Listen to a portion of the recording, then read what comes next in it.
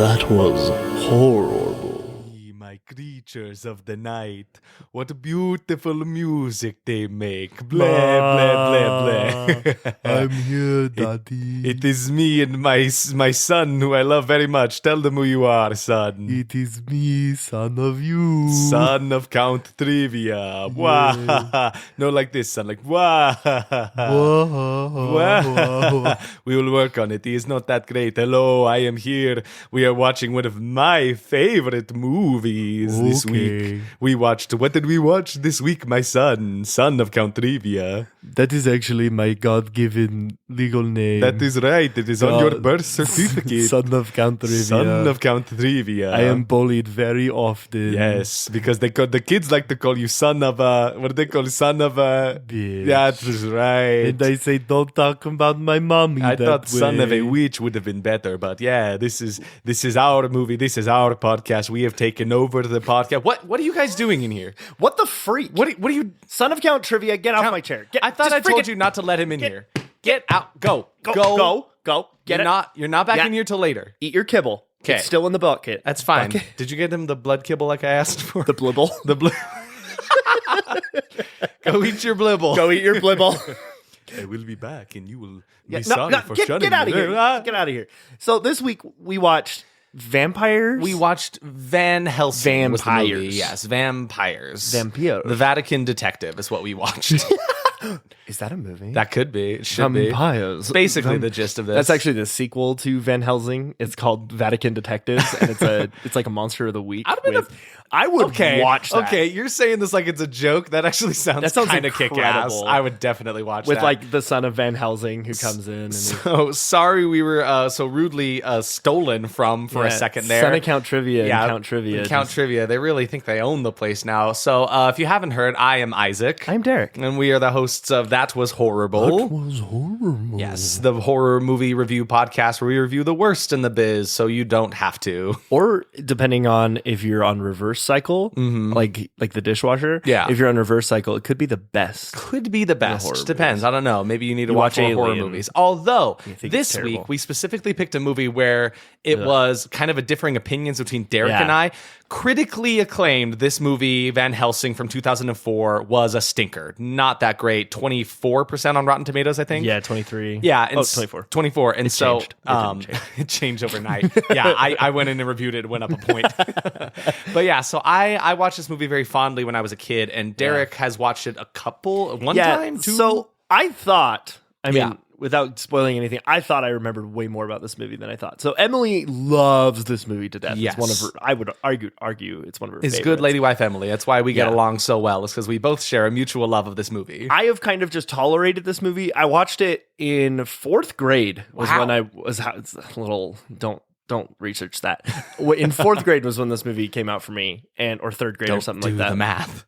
And I remember watching this movie with my dad, and I was scared. I was a scared little boy because it's kind of a gruesome movie. Well, yeah, I remember this was also one of like the first like kind of horror-esque things I had watched with my Yeah. dad as well. Because it's mainstream horror, Yeah. right? Like to put it lightly. Yeah, like to put that into parameters, it's like my mom is avidly like no horror things scare her way too easily, right? really? No, she is not. How did I not know that? Horror is not her bag. I like, just watched this at all. film with your mother. Exactly, right? But that was the thing. I actually, we watched it with my family. So my mom was there and I actually texted her. I was like, "Are you going to be okay to watch this movie? Like, I don't know where that falls on like too spooky for you." She's like, "No, I love this movie." I'm like, "Oh, okay, cool. okay, cool. So like not too scary for your average mother. I would argue it's more of an action horror thriller style. with a bunch of like awesome horror characters Yeah. in it. But I would still classify it in the horror category, right? definitely. But yeah, I was a little bit worried because I haven't watched this movie for a minute now, and I feel like as an adult I have a couple different opinions on like what movies I like and what makes them good. So we watch a lot of bad movies. we watch a lot of bad movies, but there was a small part of me that was like, I really hope it's not just the nostalgia making this movie good, and I hope that when I watch it now as a full adult, I hope I still like it. Yeah. And you'll find out whether or not that was the case. And I was kind of on the spectrum of I've tolerated this movie, like I said, and since Emily likes it so much, sad. I've seen it a couple times since we've been married. We usually play video games and have a movie on in the background. This is one we've thrown on a couple times. Great. And so I don't feel like I've ever really sat down and given this movie a chance until last night when we watched this. I have to apologize though. Derek was a trooper because like it was clear that my entire family is Van Helsing fans. Yes. Emily is a Van Helsing fan, and then there was Derek, the only one in the room who had the other opinion. I was trying to stay true. Like it was kind of rough. Yeah, to my just sit and family watch that kind of movie. just berated him, pointing out like, "Look at that, that's good. What about this?" And Emily too. I mean, everybody in the room was like, it felt like the meme of The Simpsons, where everyone's like looking at Bart, waiting for him to like say Yes. something, and it was like waiting for me to be like, "Woo, great movie!" and like jump out of my seat and like cheer for something. And I was just like, guys, I'm just trying to take notes. Everybody- I'm just trying to watch the movie. Everybody really wanted to prove to Derek that this was a good movie, right? And I don't know. We'll find out. We'll find out how he felt how about my it. opinion went. Yeah. So, do you want to tell us some facts and figures about this movie? Yes, sir. So Van Helsing came out in 2004. It was written and directed by Stephen Sommers. This Which, movie, usually not a great idea. yeah, I know. It had a budget of 160 million. Wow. 160 million. Let's put that into perspective. I was doing some research around Yeah. Lord of the Rings, Fellowship of the King. Fellowship. Close. Almost. That's the Fellowship of the- fourth one. I just mixed them up. Fellowship of the Two Kings. That's yeah. all three of them together. Okay, there we go, yeah. The fourth one, there's only three. That's what I'm saying. You've made up the fourth one. Oh, funny guy. It had a budget of 92 million. Whoa. So this movie had about almost double That's the insane. budget of Fellowship of the Ring. Wow. Yeah. That's insane just- to me. Listener out there, keep in mind, I had to make sure we were still recording. we're trying out a new setup today, and this is the first time me and Isaac have ever looked I eye have to to eye. make It's eye kinda contact with weird. them. No, it's Look- great. So I can look him in the eye and say, "This is a good movie, damn you." Oh, right. Oh, thank you. Anyway, just like take a. I think I might have mentioned it, but I want you to just guess how much money this movie made. Made? Yeah, I don't know. See, it's tough because I feel like it didn't do very well in the box offices. but think of what kind of movie it is. Yeah. It's an action movie. That's fair. It's like a family friendly horror movie. It cost how technically. much to make? 160 to 170. What about like 80 million? It made 130 million. Wow, So that's it grossed great. $300 million. That's incredible. Put that in consideration. I don't make that much. No, yeah, I don't make that much. Goodness me. I mean, no one makes that flop. much. How dare they? And I don't even know if anyone really calls this a flop. Like, so looking through the reviews of it, I mean, Rotten Tomatoes, you're sitting at 24%. Yeah. But the audience score is at 57, which Yeah. is significantly higher. Which like if I had to go and put an estimation on that, yeah, it's like, I enjoy this movie very much. I would probably put it higher, but like just based on the general public, and if they're not like, a big horror monster freak like I am, then yeah, probably like that seems a little more reasonable to me, not the 24%. Like that's crazy to me. And I mean, we can kind of delve into this a little bit later. I had a note about it, but I think that might have been why there are so many negative reviews for this movie, because it was, I feel like, presented more as an action fantasy film and not as a horror film. Yeah. And I feel like if it had been looked at that way, maybe the reviews would be different. Yeah, maybe that's just why I enjoy it so much, because it's so completely my tempo with like all the 100%. creature effects and the. I mean, just how the many general green lights aesthetic. were in this movie, Isaac? So many. That's your vibe. Could have had more. Always could have more. And goo, so much goo. Oh, there was Goober was in the. I see him under the door. He's still. let me in. Man, we have heard. Let me talk about the goo. Bothead wants to talk about goo. Are Bawhead and Goober still like? Is he purring? Stop. Are you singing Bawhead to sleep? What's happening? Bawhead just died. Oh, God. I think he's Thump? okay. I heard a thump. I mean, Is he good? we'll check on them later. Yeah. I think it'll be fine. He might become one. If He we- might be.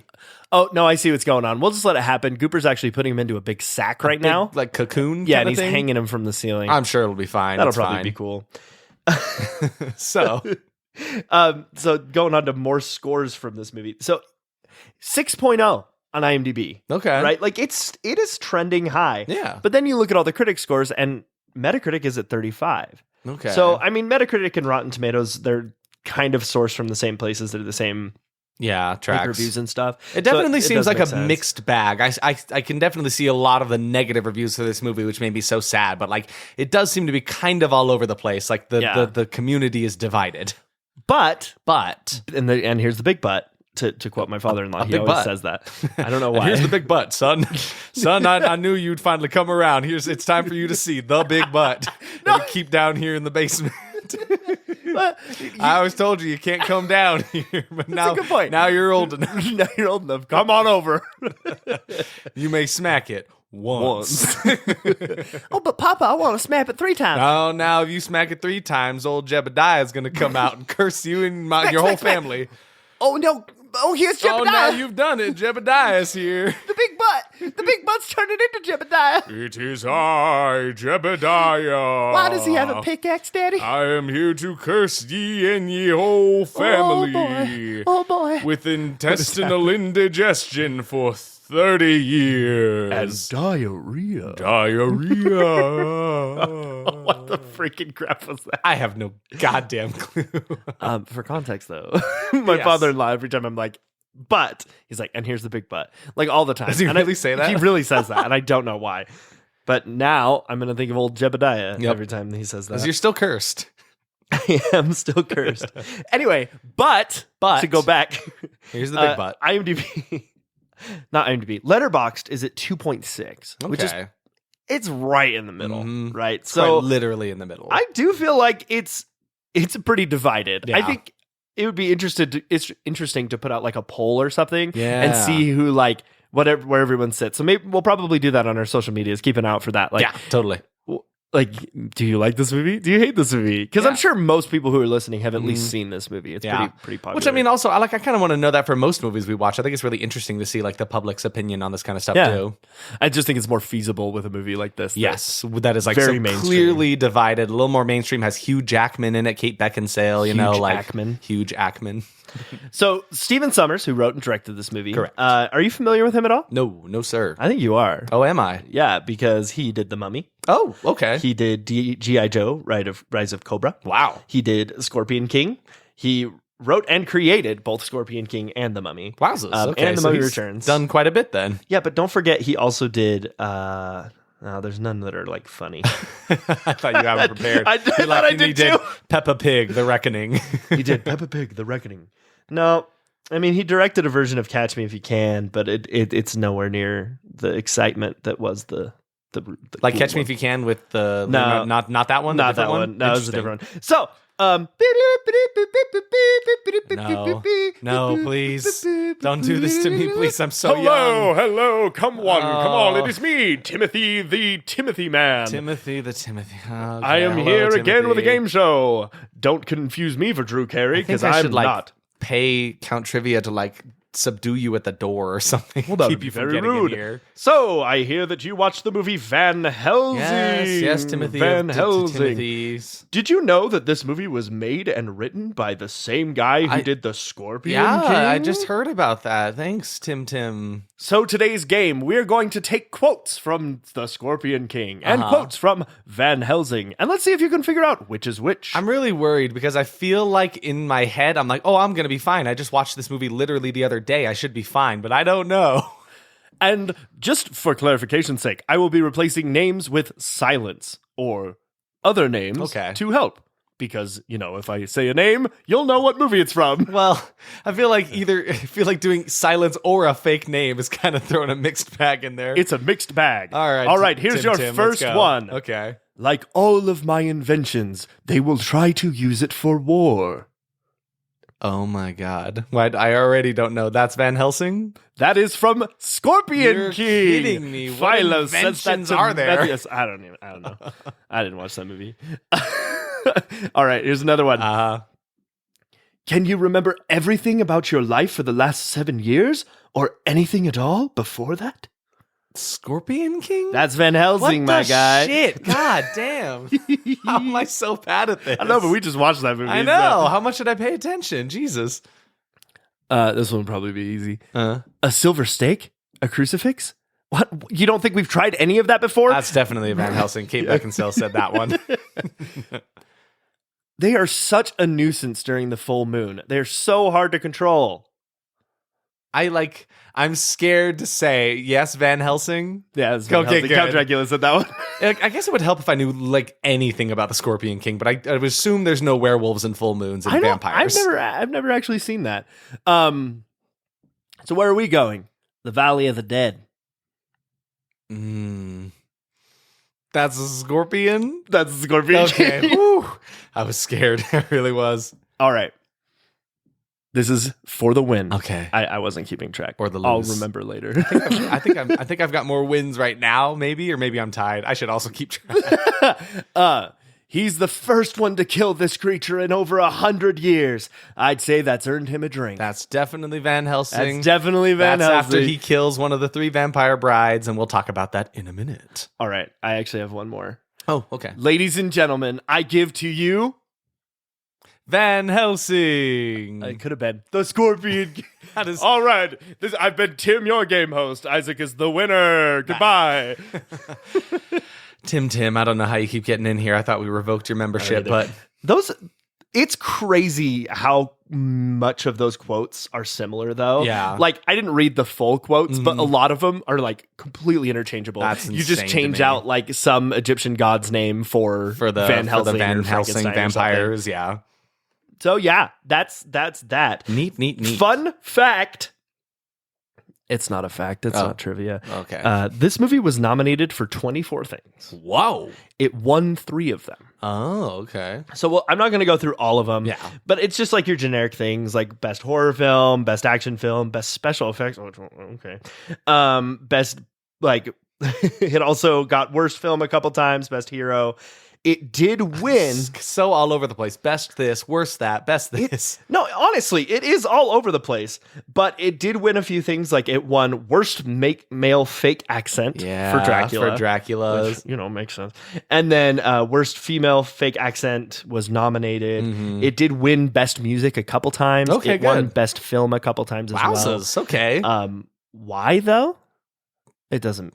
That's wild to me, though. That again, we're sitting at a 24% of Rotten Tomatoes, but it has won Best Film awards. Maybe I read that wrong. No, it was nominated. Okay. It did not win. But still, to be nominated for that is still something, right? Yeah, absolutely. I'd feel like a winner if my film was nominated for Best Film. And if an actor in my film won Worst Accent, I would consider that a win because it's a win. That's some recognition. That's really getting your name out there. It's like they used to say, the old printing press. They walk out and say, well, you know what they say, no press is bad press. Get it? Hey, do you get it? And then the little newsboy got attacked by a vampire. Oh, no, Jimothy, you've been attacked by a vampire. Blah, blah. Oh, stop it. All right, well, let's just dive into the movie, shall we? Yeah. Do you want to Rotten Tomatoes. go over the Rotten Tomatoes reviews? Yeah, dude. All right, dude. so let's see. This says what's a good one here from Namrata Joshi from Outlook says this is a rotten review. It says it's this relentless of the action and technology that make the film more of a simulated ride. I wouldn't have boarded. Oof. Dorothy Wooden says, if Van Helsing was meant to be a Saturday afternoon matinee fodder, it is both too ponderous to be fun and too silly to be scary. Here's a positive review from Debbie Lynn Elias from Behind the Lens. She says, Hugh Jackman stars as the sexiest Van Helsing to ever hit the screen. True. Even more impressive is larger-than-life screen presence and physicality that keeps his character from becoming overshadowed by the incredible amount of CGI and monster effects. Kevin Carr of Fat Guys at the Movies has a positive review that's somehow both positive and negative. That's a great name. That is funny. For me, Stephen Sommers falls in the same category as Rennie Harlan. He's one of the best hacks in the business. Well, it's like both positive and negative. Yeah, that's fair. It's like a backhanded compliment. All right, what were your expectations? Expectations for me. My very first one was just Derek is going to be a changed man after tonight. That was more of a goal than an expectation, which I felt bad about. About 10 minutes deep when everyone was attacking you with comments about why it's good. Yeah, I was getting stoned. Yeah, I felt bad. But I hope Derek is a changed man after this. I said the CGI will be a little dated, but still hold up because there are some effects. I remember sometimes my dad and I will talk about like werewolves in movies, and he will constantly talk about how he still loves the werewolf CGI in this movie, still compared to movies that are coming out today, right? And I kind of side with him on that, but we'll talk about that when a werewolf shows up. I will be remembering a lot along the way. For some reason, again, since I can't remember the last time I saw this movie, but I feel like it's been a decent amount of time. And so I figured again, kind of like the nostalgia would really be keeping it good for me. I was worried that I would remember things along the way, be like, oh, I don't know. So yeah, I thought I didn't remember this movie as well as I thought I would have. And then just one, I said there will be a moment before the third act that will drag a little bit. That was another thing that I kind of remembered from watching it when I was young. Like there's one point where it kind of lulls a little bit and then comes back up. But there was that. And then great music. I that's one thing I definitely remember is the soundtrack to this movie kicking ass. And then my final expectation is I expect to be right. That was it. What about you? Where are you sitting on your expectations? Hold on 1 second. So just before we get into everything, this music was done by Alan Silvestri, who's done Back to the Future and The Polar Express and Forrest Gump and a bunch of the Avengers movies, great movies. Castaway. So yeah, he is a very well-known composer. You know, he's up there with your Jean Williams. Jean Williams. Yeah, you know that guy. Hello, it is me, composer Jean Williams. I'm not to be confused with Jean Williams. And hello, it's me. I'm Beethoven. Jean Williams and Beethoven are such great friends, and we appreciate the music in this film. It is a great time. Beethoven, do you have anything else to say about the movie? Beethoven, is that not your name? I think that this music was a little pandering. Is that right? Why would you say that? Because everyone in the movie was pansexual. Is that right? Why would you assume such I don't know. I'm done with this bit. All right, so my expectation. I finally got you to back away from a bit. Usually I'm the one that can't figure out something to say. I just don't know where to go with that one. That is true. Congratulations. I've done it. Throwing the... Yes. Thank you. I'd like to thank the Academy. they love me. They really love me. I'm usually just like all in, and you're just the one continuing. Yeah, that's because I called you Beef Oven. You didn't know what to do. I'm not Beef Oven. You're Beef Oven. All right. My expectations. The CGI is going to be very rough. The story just isn't good, doesn't make much sense. I really didn't remember anything about the story. I just remember it being kind of weird. Me either. That was another thing that I was thinking about. Like, I watched it again, mostly when I was kind of a kid, kind of a young one. So, like, I remember I liked it a lot because cool action sequences and monsters, right? I don't remember how much of the plot I actually paid attention to. Yeah, exactly. So that was another thing I was worried about. I'm like, I hope the plot can keep up and is good. One thing I did remember about this movie is it was like a big smorgasbord of all of like the cool monsters, you know, like Jekyll and Hyde and Frankenstein and stuff. So my next expectation was cool characters that were probably represented poorly. Waste of money. They should have spent more money on practical effects because at this point I wrote that expectation after seeing the budget. So I was like, there's no way all of that budget was used properly. Yeah, and that's one thing I can say just like right before we even start all of this stuff is like it is impressive to me that it had a budget almost double that of Lord of the Rings because I feel like Lord of the Rings utilized it a bit better. Way better. And you can definitely tell a lot of the money of this movie went into just the CGI that was added to it. And there's a reason I brought up Fellowship and not the other two. Fellowship of the Kings. Fellowship of the Two Kings. Fellowship of the Two Kings. The reason I brought that one up is because it was done first. Yes. Right? And that was in 99. Yeah. So that was 5 years before this movie. And the fact that they utilized a much smaller budget. I mean, I know Weta is amazing and what they do, and we can't really compare it. But I feel like there should be some comparison made with an $180 million budget. In all honesty, if you had told me those two, like another fun game from Tim Tim, it's like, tell me the two numbers of how much money they had and tell me which movie had which. I would not have guessed Van Helsing had more money than Fellowship of the Two Kings. Tim, hey Tim, did you hear that? Oh, he's getting sucked into Bawhead's sack. I don't really want to. Let's move on. Let's move go on. on with that one. I can't look at it. And then awesome fight scenes. Yeah. Scenes. Not sings. Scenes. Because, you know, there's going to be some cool fight scenes in this absolutely. movie. All right. Are we ready to start? I think something's happening off in the distance. What's going on? It's a torch. It's a torch. It's the torch of the movie starting. Derek, all of the color is draining away. Are we in black and white now? Yeah. All right, so now we're going to talk like this, like we're in a black and white movie. Well, we're ready. We're radio presenters back from 1920. Welcome back in. We're going to watch Van Helsing now. Van Helsing. So the movie does start in black and white, and I am Are we done with these voices? I'm done. You can do whatever you want. So the movie starts in I'm obsessed with the way they started this out. They start the movie in black and white, in like cool. a complete incredible homage to the 1931 Frankenstein movie, right? Yeah, definitely. So we open up.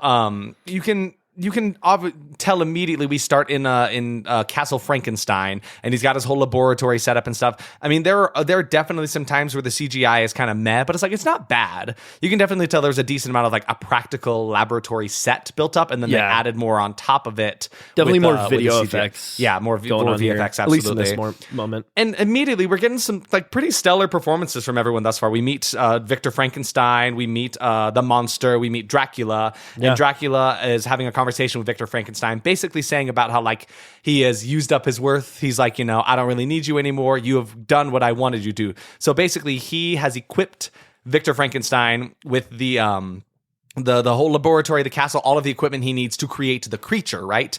Which he didn't tell him he had an ulterior motive with. Dracula needs the creature to help power a machine for some kind of evil purpose, right? What purpose, we don't really know yet. But they're basically having a fight, like right after Frankenstein's monster comes to life, right? So it's like the typical, you see the monster laid out on that little hospital bed thing. He's like wrapped up in a bunch of bandages, gets struck by lightning, all that kind of fun stuff. And it's just like high action immediately. There's like lightning striking and sparks flying all over the place. Meanwhile, there's a whole angry mob coming to the castle with a bunch of torches in their hands. Like, I really loved it, but I thought the sets looked really incredible. And again, there are just so many sparks flying all over the place. It really seemed like this was the main original idea for the movie. Yeah. Right? Like having this black and white tone, this...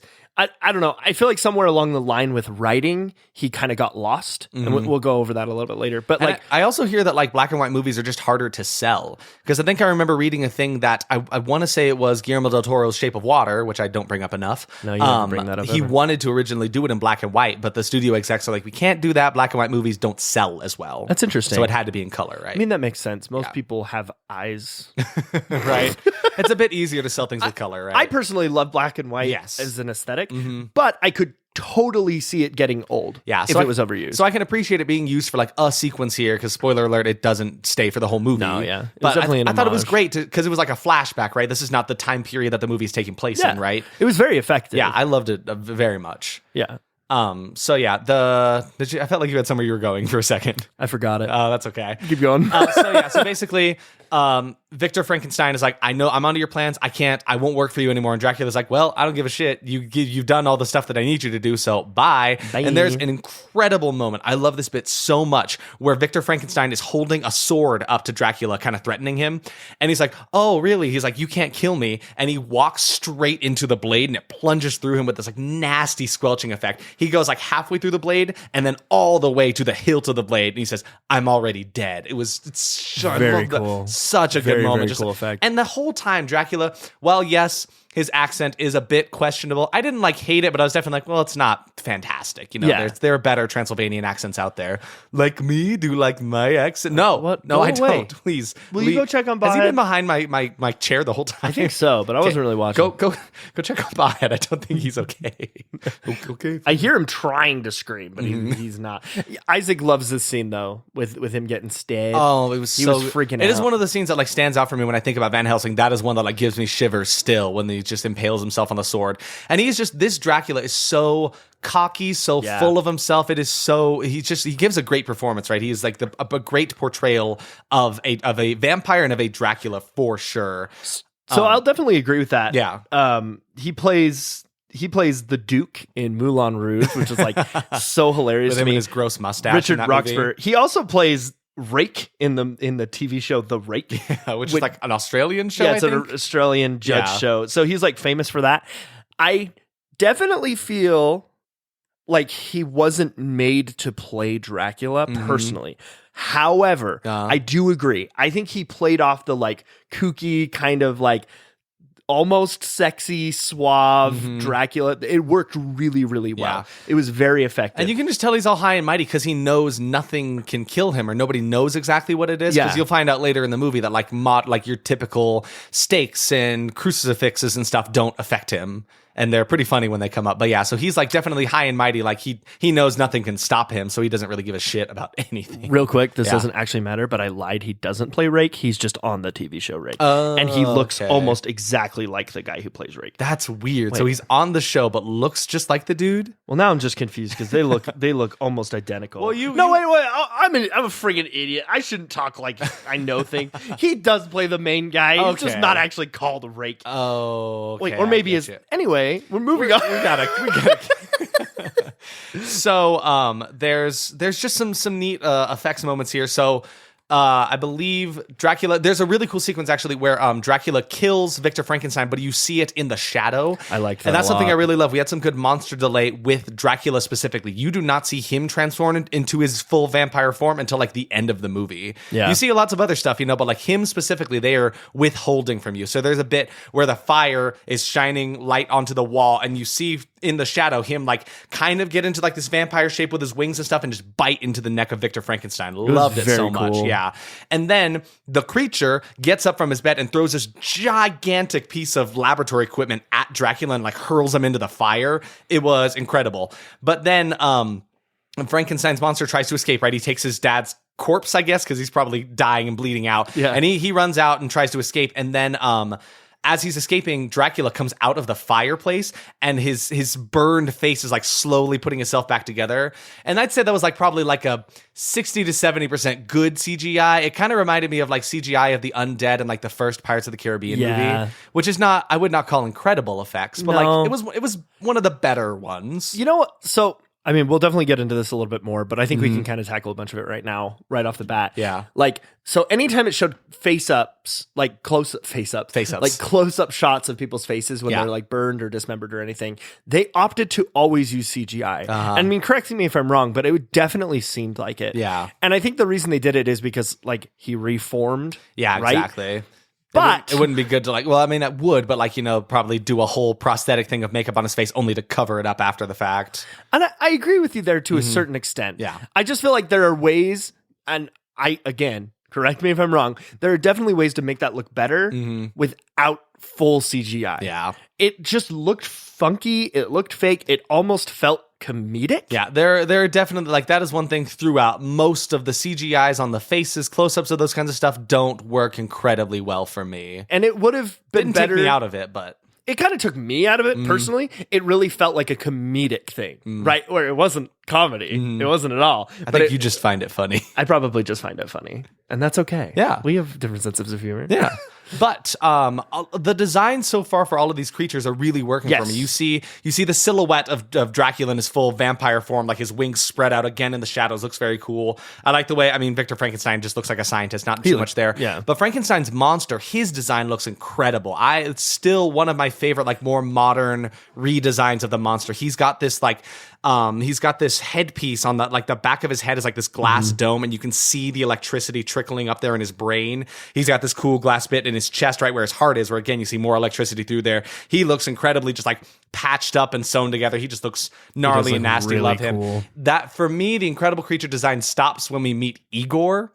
He just looks kind of like a ghoulish man. He is just a man who has a stomachache. Yeah, I really wish they had either just left him more human or done a bit more with his design. Because in comparison, there are some fantastic designs with the creatures, the costumes, the props, all of that going on. And then Igor just looks kind of ghoulish is the best way I can describe it. He's just a goopy guy. Yeah, no, he just, I don't know. He doesn't look very intimidating. But yeah, Igor was kind of just meh for me in this movie as a character. I'm with you. He is kind of funny, though. He was working for Victor Frankenstein. And he's like, Igor, why would you betray me? We've worked together for so long. He's like, yeah, that's good, but he pays me, is basically what he says. He's so stupid. Which I think is funny, because he's pretty much a mindless, like, just does work for, how it benefits him, So he's like, sure, yeah, we've worked together, but like, Dracula's going to give me money, so peace out. Peace out. Bye. I really liked it.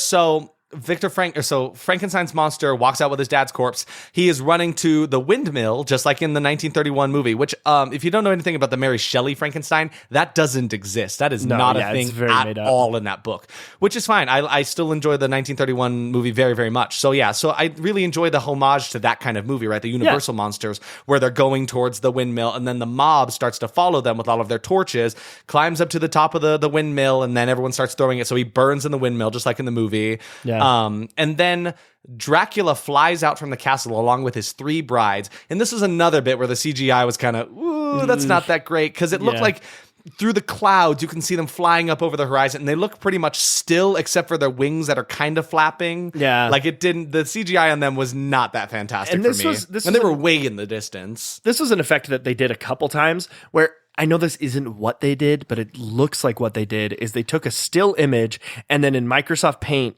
they just like stretched it and made it look like it was breathing almost. Yeah, that was definitely one of like the lesser CGI effects of the movie. I was like, oh yeah, those flying ones do not look that great. But again, they're like super far away. They're just flying over for a second. But their design when they're up close is really cool. Yes, they do very good. That's the thing. This movie kind of goes back and forth with like the really good stuff and the really bad stuff.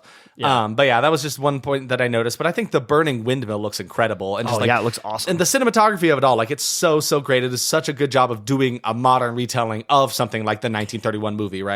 And I've been known to hate explosions. Mm-hmm. The windmill's about to explode. Yep. When he's inside of it. Because, there's Spoilers. a bit where We'll Frankenstein's monster is climbing up the stairs and there's a bunch of bottles of absinthe that he keeps knocking over. Made no sense. Which it's really funny.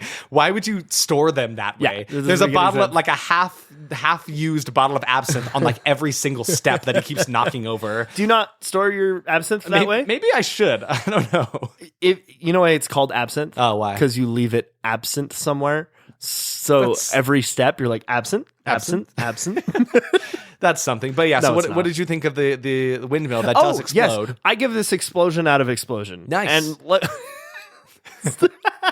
I have like this weird rating system in my brain. I've never understood it. We're seeing Oppenheimer this week, and I'm ready to give my explosion rating. We'll see how the explosion fares on that one. No, but I mean, mainly my problem with explosions are when they look fake. Yeah. Right? Mm-hmm. When it's so obviously CGI. Mm-hmm. Like, the reason I bring up Banshees of Inisherin a lot is because the fire on the house at the end looked like it was like spray painted on, or it was just like a clip. Yeah. This looked great. Yeah. I will say that for the majority of this movie, it felt like they didn't use any CGI for explosions. Yeah, the explosions look really great. Which is awesome. And a lot of things explode in this movie. A lot of things explode in this movie.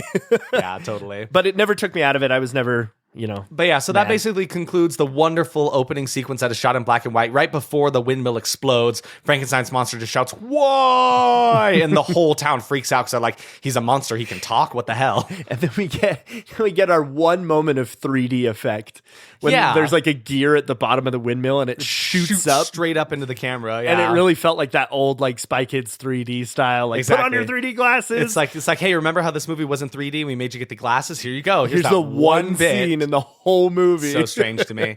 But then Dracula and his brides land at the scene of the explosion. They're all sad because great, now his machine's not going to work. Oh, how sad, boo-hoo. And then so that concludes the opening sequence, which we probably talked about way too much, but I loved it so much. It was probably my favorite scene in the movie. Oh, absolutely. And such a good way to start it. Second favorite scene. Yeah, so then the movie transitions to being in color. I did notice this. There is no title card for this movie. We do not get a Van Helsing. Here it is, right? What was this movie called? I don't know. The closest you can I don't know. The closest you can get is that Van Helsing is now in London, right? No, yes. Yeah. He's in Paris. That is one of my favorite bits, though. The whole idea that you sit down and you don't know what the movie is, and then the title card happens, you're like, I know where I am. What the movie is. So the entire movie, we have no idea what it's called. That means someone sat in that theater and thought they were watching something else. They're like, what the hell are you guys? What is this movie? What's going on? This isn't Legos. I don't know. But Toy Story. So we're in like Paris, and then you see Hugh Jackman's Van Helsing pick up a wanted poster for himself, and it has his name on it. That's the closest we get to like a title card for this movie, right? That would have been cool. Yeah, that would have been a great title card. It wasn't really presented as such, but that's basically the most. But it would have. That's the closest you can get, right? We'll call him. Yeah. So the music is great. Oh, so good. I love this. He's got this cool little like guitar riff that's playing over him. Like it kind of, I don't know how to describe it. It makes me feel like I'm riding a horse. Is the best way I can describe it, right? No, it really. And did. he is. He's riding his horse through into it had town. that like. Yeah. There you go. That's a good. That's a good vibe for it. And so in this version, Van Helsing is basically kind of like a bounty hunter for like what you could assume is like the universal monsters. Basically, like he hunts them down and tries to apprehend them, right? Whether that be killing them or just taking them back with him wherever he's supposed to go, right? Or kissing so them. In this case, he is in London hunting down Mr. Hyde, Dr. Jekyll and Mr. Hyde in this situation because he's causing a panic all over Paris like he is wont to do. your good lady wife Emily pointed out to me that the voice for Mr. Hyde is John Coltrane. Oh, yeah. Who played Hagrid in the Harry Potter movies, which I did not know. Yeah. To this day, like it wasn't until then that she told me. I was like, "What? Yeah, it's That's awesome. incredible." And like, And you can totally hear it. and his voice is fantastic. He did love his such a voice. good job for that. You can tell in the way they made up the face because he's completely CGI'd in. He does not look anything like John Coltrane, which is why I didn't know. Well, and I don't think it is. I think it's just his voice. Yeah, if I think he understand just correctly. voiced it. I actually did find later on that there was another person that played the body double for it. Yeah. Which makes sense. But yeah, he's just so cool. He was awesome. He was like a fully fleshed out character. His design looked cool. He was gross. He like did this thing where there was a bit where Van Helsing finds a dead body in the middle of the street and he finds a big old cigar and it's like chewed on one end. Yeah. And that's just a weird character tick that they gave him where he like eats cigars. See, it's like, so nasty, but I loved it. I would have loved a more fleshed out Jekyll and Hyde story. Totally. Because this doesn't last very long. I mean, so he gets in there and they start like having a conversation. They're bantering back and forth. Mm-hmm. They start to fight and Van Helsing pulls out these cool like little disc blades He's that got everyone was such freaking out. cool weapons, which I love. Like the design of his tools and stuff are so cool and like kind of practical too, right? Because on those blade things he uses, right?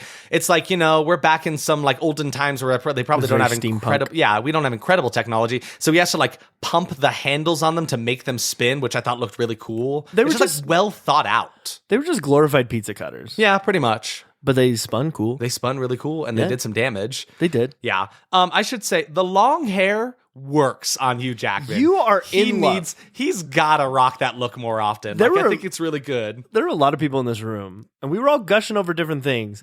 Isaac, I think he's in love with Hugh Jackman. The long now. hair on Hugh Jackman totally. I just want to say real quick, the Hugh Jackman had hair extensions added for filming. Thank you. Okay. So I guess they were extensions. He didn't grow his hair out that long. They were just film extensions. Yeah, it's fine. I'm gonna get real close to the mic here. Isaac, I really wish they were real. That's all. Are you okay? Yeah, no, it's fine.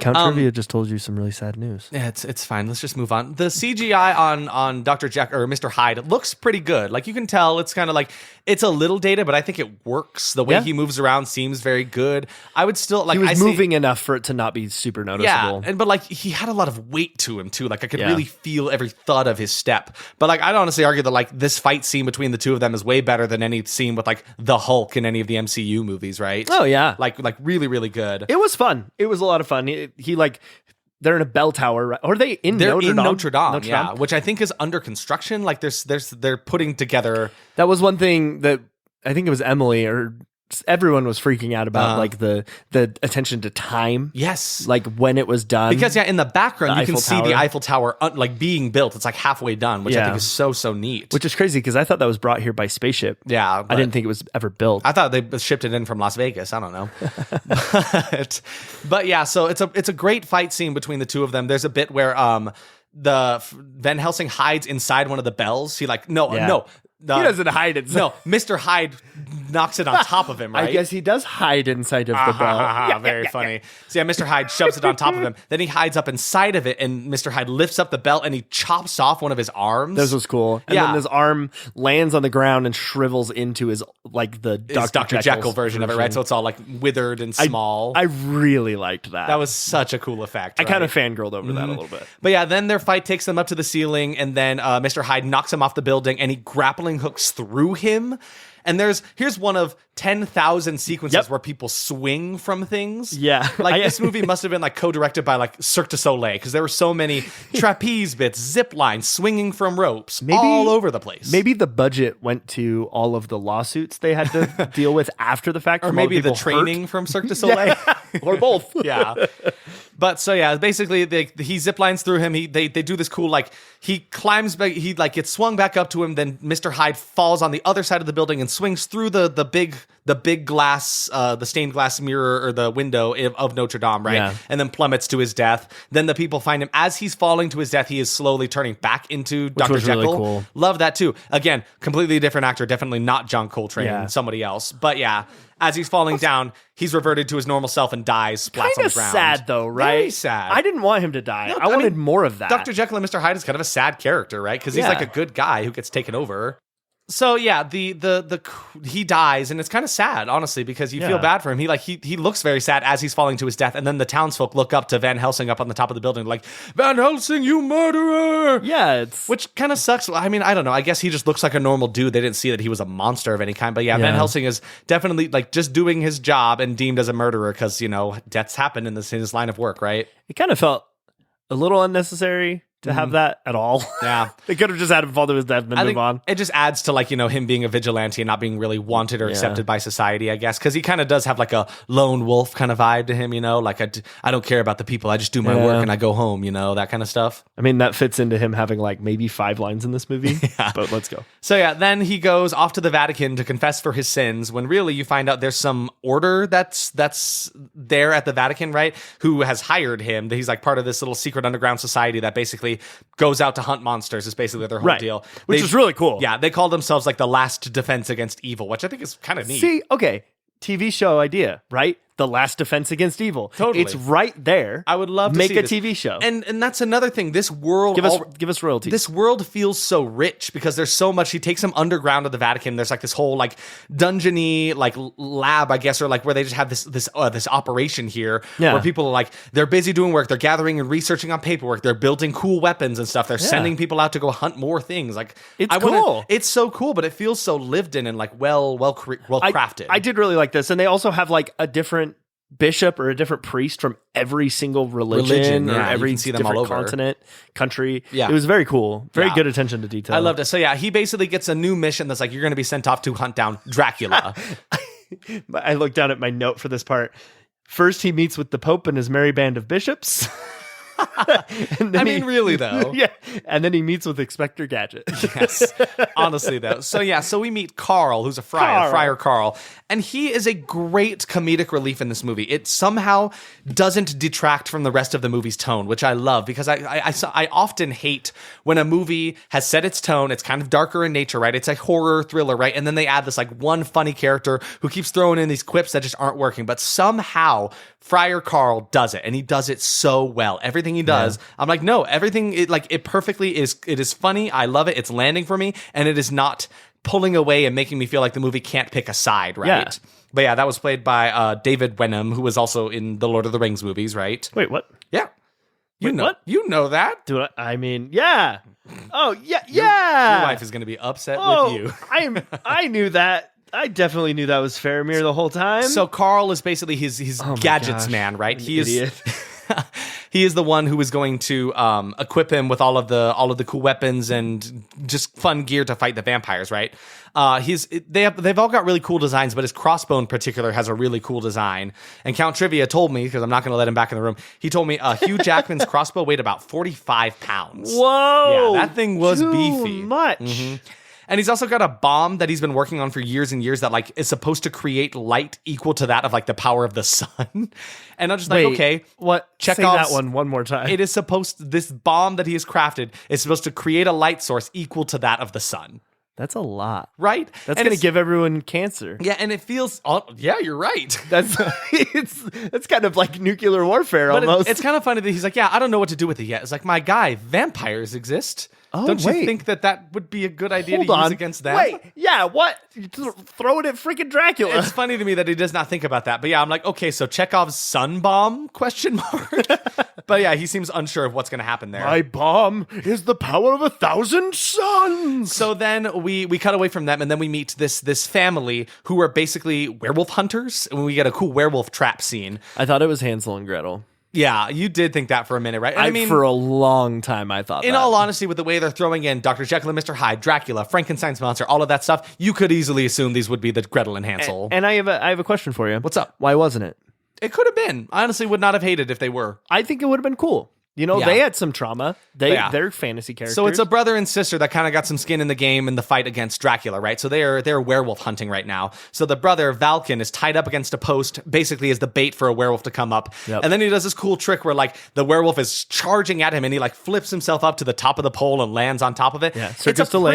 it's a pretty fun action sequence. Honestly, I really enjoyed it. But yeah, this is it's a design on the wolf that still holds up for me. I thought the wolf looked pretty okay. Like, looked not cool. that terrible. Again, little dated. It's back from 2004. You can't expect it to be perfect, but like I think it still looks pretty good. I think it looks cool too. And the design of the wolf looks pretty good. May I step in here just for a little bit? Hey, what's up? Okay, yes, fine. Is your son okay? He's okay. He's crying. Ballhead good? He's crying a little bit. I don't want to talk about that. Oh, God. So the gray werewolf featured earlier in the film, the one that ends up biting Velkin. Oh, spoilers. He was intentionally designed to resemble Rick Baker's werewolf creation from the film An American Werewolf in London. Paris. London. Paris. Not that god shit terrible movie. It is awful. I hate it. And I can't even look at you. I'm leaving.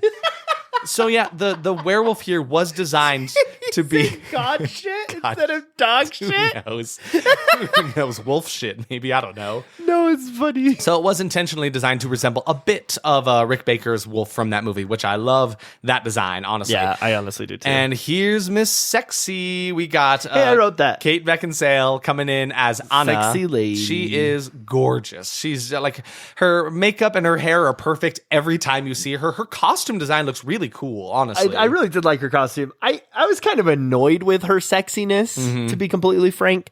Or Jason, or whoever you want me to be. Yeah. Like, she just... That was a stupid joke. She just looked too good. Yeah, that was one thing that bothered me. Takes you out of it. That bothers me in some movies where it's like they're in some like specifically in some like apocalypse scenario movies where people look so good. I'm like, you probably haven't showered in months, very long time. Like, there's no way you look this perfect, right? In every shot, no matter what the action is, her hair, her makeup, her costume is all she pristine. Just stepped out of wardrobe. Yeah, exactly. Right on the step. Which, like, you know, she looks incredible, so I didn't mind too much, but that is something worth noting. Yeah, but yeah, so they're like werewolf hunters. What a family business. Her and her brother and a bunch of people. The scene's got good action. It's really, really fun, and they use a lot of like practical bits. Like, they're all in the forest. They have like this big werewolf cage that they use that was clearly practical. Cool. They trap it in there, and it's got like a bag covering it. You see the bag like all shaking around as they lift it up into the ceiling or into the trees, right? No, the ceiling. Yeah, but I think it's really great. So basically, it's a fun action scene. They're fighting a werewolf, and then Valken, her brother, ends up the werewolf escapes from the cage. It is chasing Anna away. She gets to like this cliffside, right? She's like, oh no, where am I going to run to? The wolf is charging right at her. As it's charging and is about to hit her, Valken, her brother, pushes her out of the way and takes the werewolf full force all the way off the cliff into the river below. And he's dead. Yeah, we never see him again ever. But yeah, he does end up shooting it. He gets one good shot in before. So it's like, hopefully he killed it while it killed him, you know, so there's no more werewolf problem, right? But then thus starts Anna's whole journey of like, oh no, my brother, he's the last one I had. How sad. Yep. That's the rest of her kind of thing. I don't feel like she ever... Yeah. I had some issues with her performance in this movie. Oh, yeah? Yeah, I don't feel like she actually really cared that much. Oh, really? Yeah, personally, she just like goes back to the village and then meets Van Helsing in a second, and then I guess that's for her actions don't meet her words, because like her performance, I'm like, I feel like she cares a lot about her brother, but you're right, things she does did not seem to add up to that, right? Maybe that was on the writer.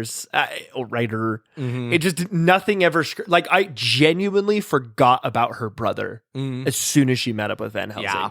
Even though their whole point was to go find her brother or whatever, I really was like, where am I? But yeah, so yeah, then they come into this Transylvanian town. Nobody seems to like them. They're the outsiders of the group, where they meet Van Helsing and Friar Carl meet Anna, right? And you're right, she doesn't seem too bothered about the fact that her brother's dead right now. She's like, she seems to be in charge of this town, is telling them like, you know, I don't need your help, get out of here, right? Yeah, she's being like badass Mad Max style girl. Yeah, and so as they're kind of having this conversation, little bit of flirtation going on between Van Helsing and Anna here, not too much. But then Dracula's three brides come and attack the town. Yes, which is cool. Yeah, which is another great scene. Unexpected for them, because usually they only attack at night. So now they're attacking during the daytime. But the sun is covered up, so it's fine, right? It did the whole movie. The clouds are the most powerful thing in the entire planet. Yeah, they do some kind of weird stuff with that, where it's like, it makes sense for the vampires, right? If they're not in direct sunlight, that makes sense a little bit more, right? There are moments where the full moon for the werewolf, if that gets covered up, then they're not werewolves anymore. I'm like, I don't think that's how it works normally. I've never heard that lore, ever. It's the first time I've ever seen it. And I've never seen Twilight. Maybe it's in Twilight. And I think, it serves its purpose later on, and we'll get to that. But yeah, so the vampires are attacking the city, right? And they're just like, they're fucking it up. There's so much going on. There's one bit where they take a cow and throw it through a building. And I was like, no, not the cow. There was so much screaming in that room for the cow. So much craziness going on. Van Helsing is just like firing his crossbow willy-nilly all over the place. He wastes so much of his like rapid fire crossbow bolts. I know, he's supposed to be the best in the business, and he is just like missing every single shot trying to get these. I have a theory. Lead your shot, my man. What's up? That crossbow was 45 pounds. It'd be impossible to aim. That makes sense. I totally get that. That's my whole theory. Yeah. But the effects on these vampires, the brides, look a bit better, right? You can see the close-ups on them. You can tell they definitely had practical suits for them, like most of the time. Yeah. And they looked pretty good. But yeah, so then, I mean, there's not much to say about the scene. The brides are kind of antagonizing Anna. They know her family's been hunting them for a while. They're basically just like playing with their food, is what I would say. Meanwhile, Van Helsing is outside getting tossed around like a salad. Yeah, like he's just getting really thrown around by all these Yeah. brides. And he can't get them with his bow. And then there's like this communal holy water bin right outside of the church. You thought this was so weird, but it's so strange. normal. Is it normal? Yeah. I don't know. I didn't know that people are just like, yeah, have some holy water right outside of the church right here. Yeah, okay. You're walking down all right. Little Isaac. Little Isaac. You're walking through the streets Here of I go, Transylvania me in the and little middle Isaac. of the night, right? Uh-huh. Blah, blah, blah, blah. You come across an alleyway full of vampires, right? Mm-hmm. You're like, oh, wait, the church is down the street. They have a sink. I might be okay. You start running. The vampires are on you. You have a cup in your pocket. You have a grab some trusty water cup. I love from my that. cup. You throw it back. You hit the vampire. You're safe. I'm safe. I loved it. But yeah, that's basically the exact circumstance in this movie because Van Helsing goes up to the bath of holy water. Like it's like a bird bath, but with holy water in it. And then he dips his crossbow in it, shoots the bride, finally hits one of them. It was holy water guided. Yeah, exactly. So it makes the God led his shots in this. God was in this Transylvania tonight. Yeah, and then one of the brides named Marishka dies pinned against you a wrote that building. down. Yeah, it's just a weird name. It always stuck out to me. And it's probably the worst effect in the movie as she's pinned against the wall. Like Absolutely how the would worst. like you tell me about this? Well, so yeah, she's just pinned up in the wall, and then it proceeded to melt her flesh away like one layer at a time. Yeah. But it looked like it was done in Blender by like a high school student. It was very bad. Yeah. And by the time it got to the skeleton, it just looked clay and gross. It didn't fit. Yeah. It wasn't funny. It wasn't good. It was just kind of sad. Yeah, it did not look very good. That is one CGI that is definitely like, that's a thumbs down for me. That one looked pretty bad. And to this point in the movie, everyone was still every 5 seconds looking at me to make sure I was enjoying the movie. Yeah. And then at this point, it was Isaac's sister, Lexi, who leaned over to me and was like, okay, I'll give you that one. Which is fair. Like, and that's something I really wanted to try to do when my note taking is not just give positive notes about it, like try to say. And I tried to not be negative. Yeah, so like I really wanted to, and that was definitely one wholeheartedly I can say that one looks pretty bad. Yeah, it was did not like that one. So yeah, then town is saved, right? The other two brides who were about to kill Anna feel the death of their sister wife, I guess, and run back home to Castle Dracula, and or I guess they're still in Castle Frankenstein right now, but. So yeah, they run away. The town is safe for a minute. The town's kind of angry at them for killing a vampire because he was like, "Isn't that a good thing? Weren't we supposed to do that?" He's like, "Yeah, but the vampires only kill like what they need to survive. Now they're gonna come back and kill for revenge."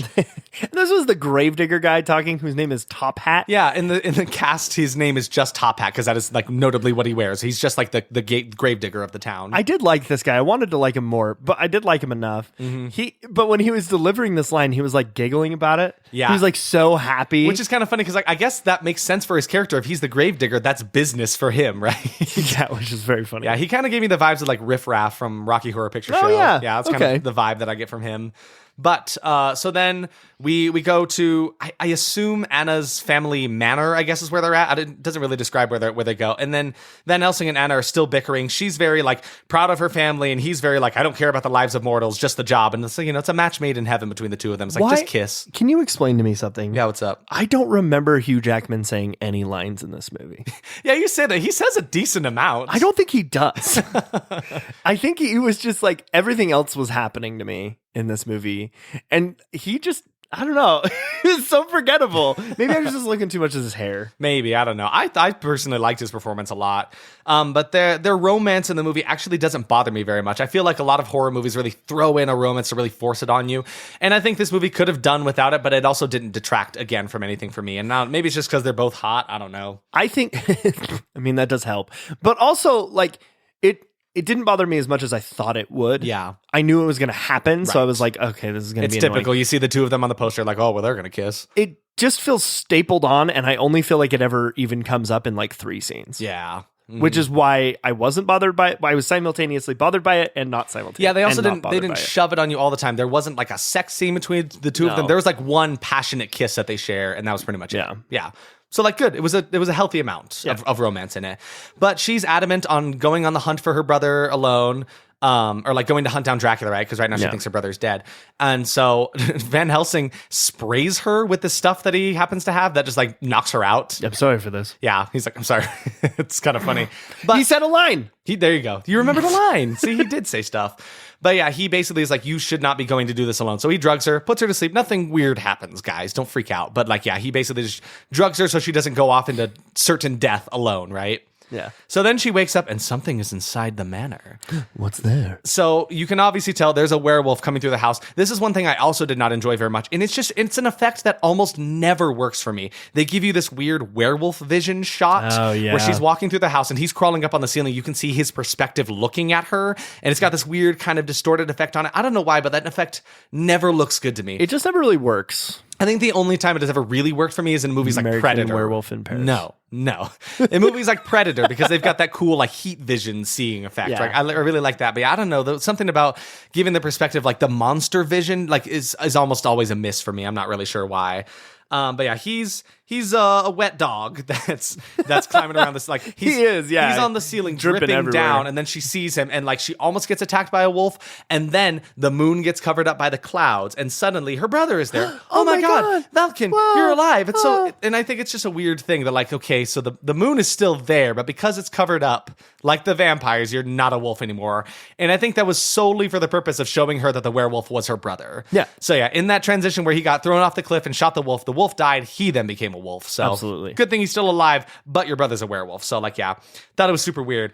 And I to this, like this transformation still holds up for me. What's up? I'm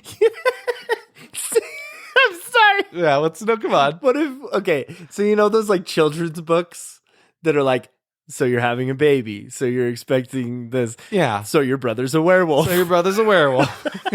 It's just like an instruction manual. What to do with your wet dog brother. No. Oh my gosh. Yes. So your brother's a werewolf. Okay. And then what to do if your brother's a werewolf by yeah. And then it's like an instruction guide by Van Helsing. Oh like, my god. Who like releases a series of books. So your neighbor's Frankenstein's monster. So your boss is kind of an ass. He's kind of a bloodsucker. Am I right? Am I right? So, but the transformation sequence here. So the moon comes back from behind the clouds, right? They have a little bit of a conversation where where Valken's basically like, stay away, don't try to help me, protect yourself, right? And he transforms. Derek laughed a bit more at this scene, but yeah, he starts like climbing, laughing at the scene, climbing along.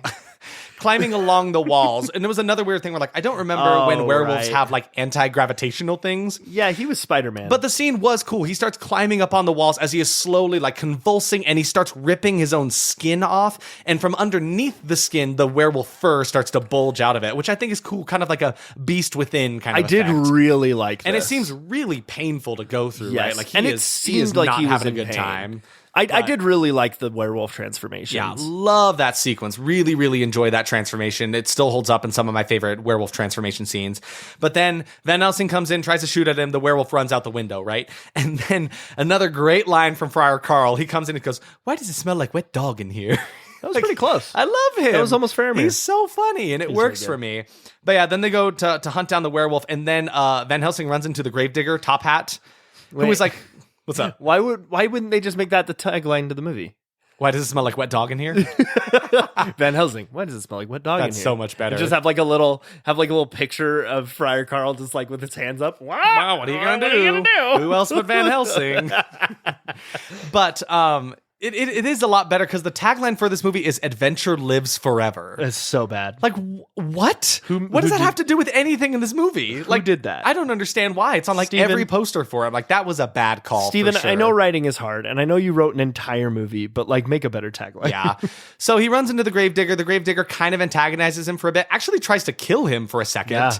And like Van Helsing stops him. He's like, "Sorry, it's just in my nature." And then the werewolf just barrels through, Gets him, kills the gravedigger in a very comedic fashion. I love this. His limp body falls into a grave, kind of like, arms across the chest kind of thing, and then his top hat lands on top of his shovel and kind of spins around. It was very cool. Weirdly comedic moment, but I did enjoy it very much. And then Van Helsing tries to shoot at the werewolf. It runs away. And then Anna is like, no, you can't kill him. He's like, he's not your brother anymore. And she's like, you knew he was my brother. She's like, did you know that before or after you tried to shoot him? He's like, before. I'm trying to do my job. So yeah, they basically are kind of arguing a bit about how he's like, that's not your brother anymore. It's a monster. We have to kill him. Then she's like, no, it's my brother. We have to save him, right? And I wrote here, I'm like, is this movie Fast and the Furious? Because it's all about family. 2 vampire, 2 wolf. 2 vampire, 2 wolf. So come back to Castle Frankenstein. It's got to be the most expensive set in the movie. There are where the budget cobwebs went. all over the place, sparks, gritty cobblestone. There's these dwergy Oompa Loompas who are basically Dracula's henchmen. What does dwergy mean? Did you look it up? It's like a German dwarf, I think is what it is. It's like it's from. I know Emily knew. She was like going off about it. They're really cool though. Their costumes look incredible. But yeah, they're basically like steampunk goth Oompa Loompas is the best way we would describe them. Yep. That's what they are. So they're going there to hunt to find the werewolf. And then this is one line that like I really felt was weak writing, where Van Helsing and Anna are on their way to the castle. And out of nowhere, Anna just says, I've never seen the sea. I bet it's beautiful. And it really felt like a forced line to put in there that like she's not all of a hard badass, she's got a softer side. She wants to see the sea. It kind of felt like that was the actual end of the movie, and they recorded it as like an alternate ending, and then they instead put it in the middle of the movie because they didn't like it at the end. But yeah, I don't know, just one line that really felt really weak to me, and like, why did they add that there? It felt so forced. It really just like pulled my focus from the rest of it. I'm like, you guys are on a mission right now. Why did you feel the need to mention that? Yeah. And again, I just feel like it was something to add to like kind of make you care for her character a little bit. Because up until this point, she's been kind of like abrasive, really focused on the job and her family, all that kind of stuff. Yeah. But yeah, I didn't really like that line a lot. So basically all that happens in Castle Dracula is you find out her werewolf brother is now working for Dracula. They're going to use his body as the key to power his machine. He to be clear, he wasn't like working for Dracula to work for Dracula, right? No, he was being forced. Yeah, because that's the thing. That's another thing I like that they use. Like that, Dracula has like a thrall, a will over people, right? So like he does not have any will of his own to fight against Dracula. So he does not want to fight for Dracula. He wants nothing more than to kill him, but he is not strong enough to like overcome that power, right? Yeah. So they've been trying to use a person, basically Frankenstein style, right? Where they like lift them up into the heavens, strike them with lightning, and that is going to power a machine created by Victor Frankenstein that will give life to all of Dracula's babies. Which are a bunch of egg sacs. Just a ton of gooey, goopy... No, stay away, Gooper. There are a bunch of gooey, goopy egg sacs. It looks exactly like what Gooper's putting Bahed into. Bahed, I swear, Bahed's going to sprout wings. This is his cocoon state. His head is just poking out right now. He doesn't look good. But yeah, so they...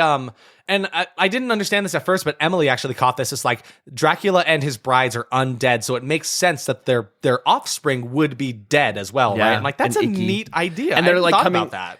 When we see them, they look like dead bat people. They're gross, but they're cute. So yeah, Van Helsing and Anna come across this like just entire layer of thousands of baby egg sacs, and they're just gross, goopy. The design of them is, I loved it. It was so good. Lots of goo. Cool. And then, so they're running electricity through Valken with his werewolf blood, hoping that it'll be enough to power the machine. Because what they intended was to use Frankenstein's monster, right? He's got the only electricity. He is the key for this machine, and they have yet to find a suitable source of power that can go through it. So they're like, maybe Valken with like his strong family bloodline with the werewolf blood, maybe that'll work, right? And so they're using him to do that. Meanwhile, Van Helsing is just digging into this gooey egg sac, just like so much goop, and throwing it off to the side to reveal this nasty vampire baby, which is kind of cute, I gotta say. I love them. And then so far it's working. Like the babies are alive, but then there are some lines that mention like it's worked before, but it hasn't been enough power to keep them alive. So like they're alive for now. Let's see if they actually succeed in this, right? And they actually stay alive for the long term.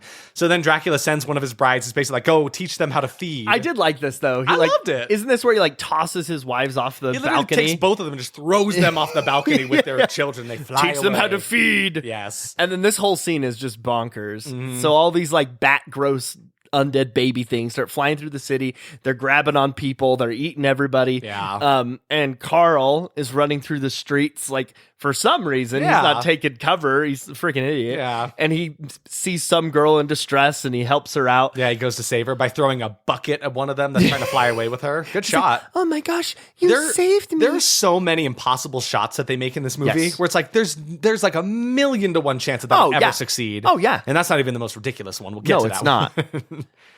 Anyway, and then he helps this girl and he's like, I saved your life. She's like, is there anything I can do? Oh, you know what you can do. And then he leans forward and whispers into her ear. Oh, but you're a monk. I'm only a friar. Oh. So clearly they're going to do some nasty things with each other. Meanwhile, Dracula meet Van Helsing. They finally meet for the first time. Yep. And they do a little fighting. And I really love when Dracula's meeting Van Helsing, he does this thing where he talks about like listening to the heartbeat of his victims. This was great. It's a very good moment for his good. character. And he's tapping along. He's like, I can hear the heartbeat of them. And he's like, yours is surprisingly still. Do you think it like shocked him? Get Count Trivia in here. Yes, it is me. What is up? Well, you got here quick. Hey, can you hear my heartbeat? The whole time? Yes. What does it sound like? It sounds like a ba-boom, ba-boom, ba-boom. Isaac, say something that scares me. Oh no, Derek, look, there's a spider behind you. Okay, I actually got a little scared. Is that all you need? Yeah, I was just trying to Can I go now? Thank you. you. Yeah, go away. I was just trying to give an example.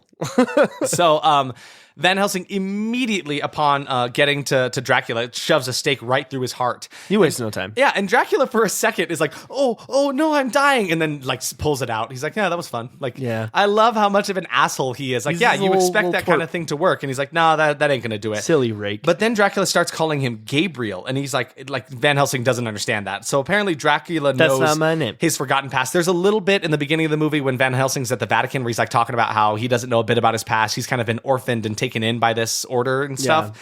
So he's kind of confused, like, why does Dracula know his name? Don't really understand it. Meanwhile, Valken is not enough power to power the machine and keep the vampire babies alive, so they all just start exploding. Popcorn style. Yeah, just exploding in this big burst of like green goo. I mean, you imagine having a kid and then it just explodes into green goo. It's kind of traumatizing. Yeah, it's wonderful. It made me really feel for the brides of Frankenstein. of Dracula. No, brides of Frankenstein. Yeah, no, you're right. But yeah, it is kind of sad because like their children are all just popping all around them and they're all sad about it. So I think that's enough of a distraction for then Van Helsing and Anna escape. So they go up to try to let her brother off of the thing. Then he starts transforming into a werewolf, so it's not working. So then what does Van Helsing do? Shoots a grappling hook all the way across the chasm to the other side through a tree, and they try to zip line through. Another use of zip lines. This is like the third zip line or second or third. It's a zip line that then turns into a swing because the werewolf tries to swing at them and cuts the line. So then they swing all the way to the other side. Because every zip line is going to be a freaking rope. Yeah, but they manage to escape.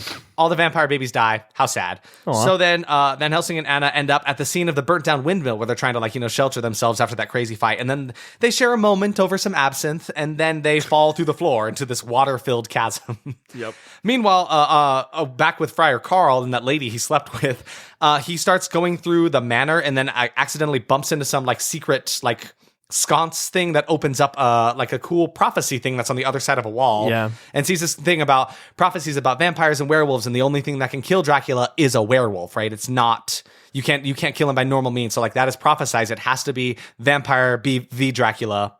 That's it, right? Yep. It's really cool. So then underneath, again, another cool homage to the 1931, well, I guess later on, it's The Bride of Frankenstein. Frankenstein falls through in the burning windmill. Underneath it is this water-filled chasm, and that's how he survives, right? So that's when he comes back in The Bride of Frankenstein. So same deal. They find Frankenstein's monster underneath here. Can I interject here? No, I will, just give me the card. I will read this, thank you. I kind of wanted to say it. No, it's okay. It's fine. Okay. It's kind of a long one, and it's so anyway. Oh, okay. Schuler Hensley, who played the monster, he had to undergo 6 hours of makeup every day and wear foot-long leg extensions capped off by size 23 feet. What the freak? He was a hulk of a thing. Imagine your feet, imagine how sore they would be from dragging around those boots. But I mean, you can tell, he is always walking around. That was another thing. He's always in pain. The Boris Karloff's Frankenstein, his boots were made of this metal, right, that weighed a lot. So it was the same deal. Also, at some point in pre-production, a cameo made by the Gill Man from The Creature from the Black Lagoon from 1954 was slated to appear in the underground cave where they find Frankenstein's monster.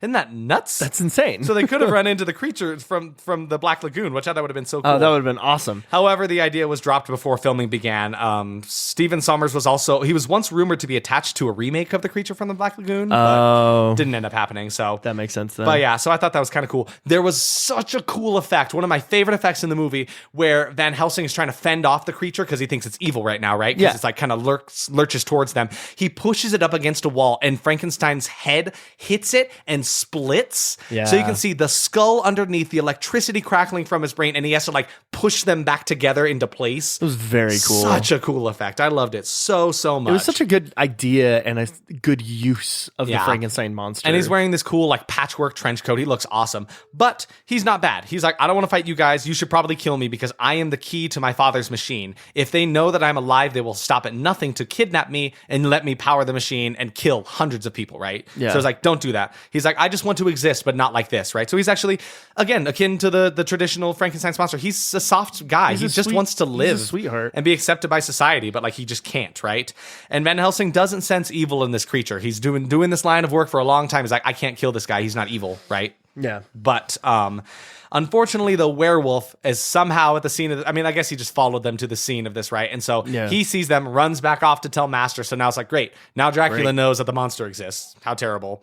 So now they have to run, and there's a great action sequence where they're running away with like this caravan, right? With like a bunch of horses. Oh yeah, this got me. Trailing through the wintry forest, right? This got me too. This is one of the few moments where like, oh, I forgot about this. Yeah. Because they're driving through the forest in a high intense action sequence chase scene where the two brides now, because one of them is dead, the two brides are chasing the caravan, and they almost get it. There's this crazy bit where the horses jump across this bridge gap where it's like, I don't think horses would do that. No, they're Transylvanian horses. They can do whatever they want. Transylvanian horses are built different.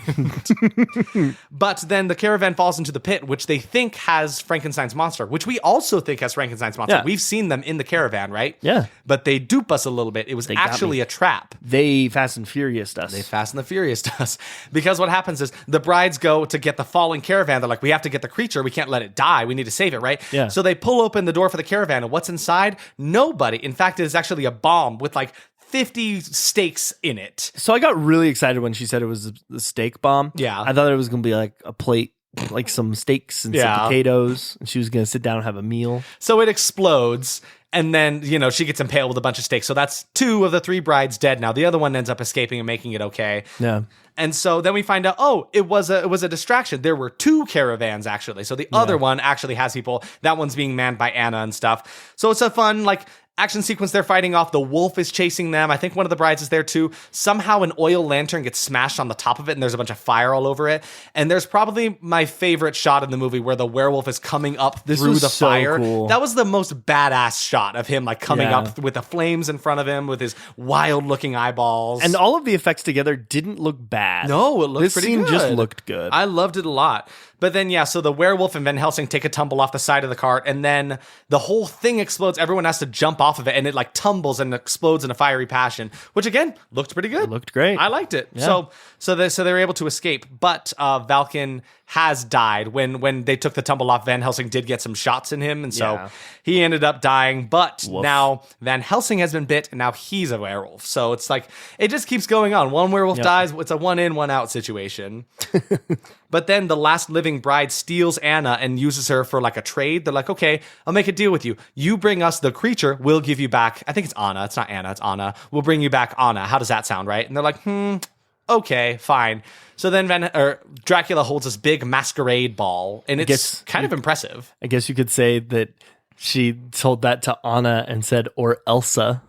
That's okay. That's fine. Was this a joke? That's okay. No, it was pretty good. Because they're about to get frozen. It's fine. I hate you so much. So they're about to go to a ball. So Van Helsing and Friar Carl agree to do this. So they hide the creature in a mausoleum that's on the same grounds as this. I don't even know this mansion that Dracula's at. It's like his summer home or something like that. He's summering. Yeah. But so they hide him. All they do is knock him out, put him in this building, and then put like this heavy cross in front of the door. And it's like, I'm sure that'll be fine. Yeah, that'll be good. Yeah. So then they go to the party to try to rescue Anna. And this is it's a really fun scene where like Dracula has kind of got her under a little bit of a spell. They're dancing in the middle of this room of vampires. And another great moment where they're dancing with each other. He's talking to her about how like, I'm not going to trade you for the monster just because I know Van Helsing is also not going to trade the monster. Like, it's not going to go fair. So we're going to see what plays out. He's dancing with her and he dips her in front of this big mirror. I love this. And the room is completely full of people in these bright, wonderful costumes. I love the design of the set. It's such a great looking party, this cool masquerade with a bunch of trapeze artists and like circus performers, all that kind of stuff. But the entire room is empty save for her being dipped. And you see her reflection. There's nobody else in there. So it's very cool. Such a cool way to say everybody in this room is a vampire, just so you know. Like, it was so cool. So cool. I really, really love that bit. But why were there people on trapezes and ropes and stuff? Just for the hell of it. Just for fun. Because I think it's just because the vampire Dracula, he's just like, he's a showman, right? Yeah. He loves the pageantry of it all. This was actually the prequel to Greatest Showman. So honestly though, because then Van Helsing swings in again on a trapeze. Cool trapeze stunt where he like hops through and then he lands down and then some guy spits fire onto Dracula for a second. Yeah. Then meanwhile, so he manages to rescue Anna in a cool, like, you know, trapeze stunt, whatever. Meanwhile, while they were partying, Igor's group of undead, which I didn't even know he had, he's got a group of undead, I guess. Yeah, he does. Managed to capture the monster from the graveyard. So like, oh great, you didn't really do a good job of protecting him. No, you didn't. Yeah. So they were onto your tricks the whole time. So they end up capturing the monster. It's great. And then Dracula sends basically the whole horde of vampires up to Van Helsing. He's like, I present to you, like the quote you called earlier, right? I present to you Van Helsing, right? Yeah. Can I just interject here? I have one thing. Derek, I think you will like this one. Oh, will I? Right before Dracula says, I give you Van Helsing. I should play Dracula in a movie, maybe. Probably. In front of the other vampires, you can hear trumpets play the first musical phrase from the song Castle Dracula from Castlevania Symphony of the Night. Are you serious? That's not a joke. That's incredible. That's incredible, right? Wait a minute, that's so cool. I'm gonna go back and listen to that because me too. Yeah, so yeah, you can hear just the first musical phrase from the trumpets. I thought it was so cool. Oh my gosh. Okay, that's me. That's my time. I'll be Bye. right. That was the best thing he's ever told me. That's right. I thought that was a really cool one. That's so cool. Yeah. So now there's a horde of vampires running against them, and then guess what? Chekhov's sun bomb comes through, and that's how you kill a manor full of vampires. They throw it in there, and then I thought it was kind of a cool shot where the bomb explodes with the intensity of the sun, and then all of the vampires just vaporize into dust or like skeletons. Very cool. Super Very cool. Yeah. But then this is the part where the movie kind of lulled for me. And it's really only because it's the slowest moment of the movie. There's like the parlor room explanation where Friar Carl is basically like, okay, so here's the thing. Only a werewolf can kill a vampire, right? Would you say kill that this Dracula. is the exposition dump? This is definitely the exposition dump, which again, like you say, every horror movie has to have it, right? Has it. And to make this long scene kind of short, it's basically like they're looking for a portal. They can't find Castle Dracula. They have no idea where it is. And then Van Helsing is like, wait a minute, look at this painting on the wall. I think maybe this is actually the door. And they find on the little bottom left, there's a bit of the inscription that is missing, which the people from the Vatican gave Van Helsing right at the beginning. They're like, I don't know what this is. Maybe you can make some use of it. So he basically finishes the last piece of the puzzle. And then this big painting of all of Transylvania turns into this icy mirror, which I thought was kind of a neat. It was cool. I thought it was a cool idea. It, yeah. Awesome. Especially since, you know, there's a whole thing with like vampires not being able to be seen. Again, it was a cool D&D puzzle. I liked it a lot. Yes, that would make a very good D&D puzzle. Because yeah, it's like Anna's like my family spent hundreds of years trying to figure out where this door is, and they're like, oh no, you had it all wrong. This is the door all along. Yeah. So yeah, it turns into this icy mirror, which they then put their hands through, and it turns into like this ice cool portal where they can walk through into this like frozen tundra where, lo and behold, there's Castle Dracula. Narnia is where they went. Yeah, I was like, is Mr. Tumnus on the other side of that? Yeah.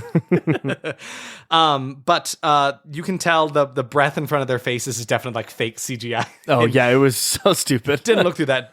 But you can't go back through the door, which is established by Carl trying to run backwards when he sees some skeletons impaled on some stuff, which I personally felt like was kind of a cool nod to the fact that Dracula from Bram Stoker was inspired by Vlad the Impaler. Oh, yeah. Could just be me, but I thought that was kind of cool. That is cool. So then throughout this, Van Helsing is kind of getting a little more werewolf powered. He's getting a little bit more like on edge. It does not take a lot to kind of piss him off. So they come across this big front gate. They're like, how the hell are we going to like scale this thing, right? He just picks up the both of them and like werewolf jumps from side to side to get them up into the castle. Yeah. I thought it was really cool. But this lair has so many of the babies in it, like way, way more than before. Too many. Yeah, arguably. And they have Frankenstein, so now they can really, truly bring them all to life. And they find Frankenstein is being lifted up to the top of the castle. He's frozen, so he can't escape. It's frozen all except for his head. But he tells Van Helsing that there's a cure to lycanthropy. He's like, Dracula has a cure for that. And they're like, why would he have a cure for lycanthropy? It's because only a werewolf can kill him, right? So he knows that. So, if one of them were to have the will to fight against him, he needs a way to cure that as like a failsafe, right? So they find Igor and they easily subdue the man. So quickly. He tries to be tough, but they're like, you're going to help us out here. He's like, okay, fine, I will. Yeah. So they send away Anna and Carl away with Igor to go find the antidote. And then Van Helsing is going to go fight Dracula and rescue Frankenstein, right? Yep.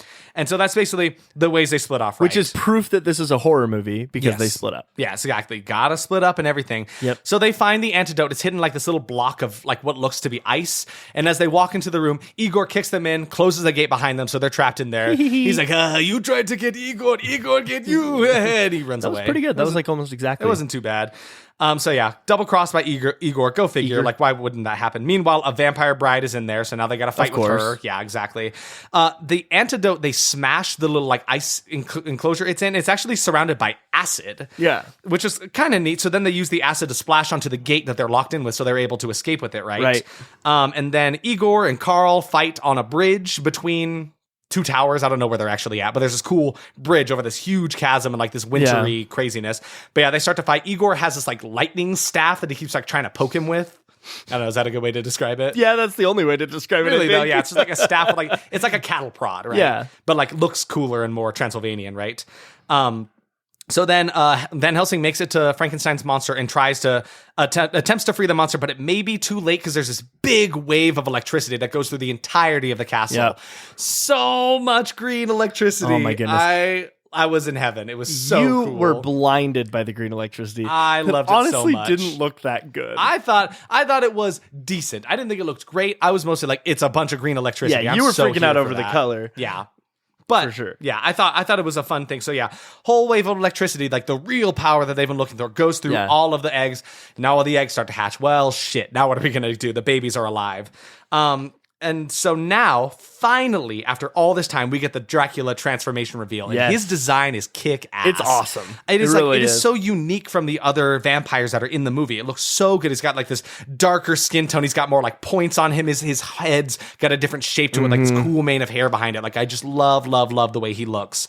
And then again, this movie makes a lot of use of zip lines. Now Frankenstein is escaping via zip line and cables, and he swings down to save Carl from Igor, right? Which ultimately ends up ending with him saving Carl on his swing, and then he also swings into the building where Anna is fighting the last bride, right? Again, saves her too, just like a 2-for-1 special, right? So many swings. Honestly, like the trapeze work in this movie is incredible to me. It's insane. But so they're all saved there.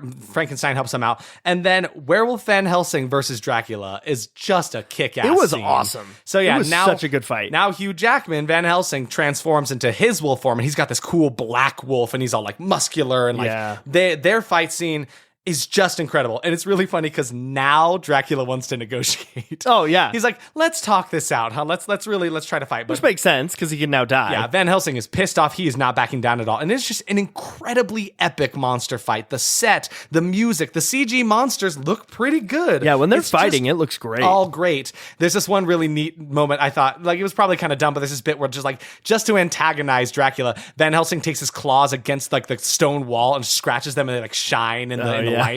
Kind of dumb, but I thought it was kind of cool. I thought it was really neat. Going back to Anna and the bride, though, there was one funny line that I really appreciated because I think Carl tosses her a stake and she impales her with it, right? Oh, yeah. Because, like they've done the entire movie, all of the brides just keep monologuing when they're about to kill people. It's like, just commit to the bit. So she literally says a line, I think if you're going to kill someone, kill them. Don't stand there talking about it. Yeah. Like, yes, absolutely. Thank you. Just get to fucking business. Just kill her. They've done that the entire movie.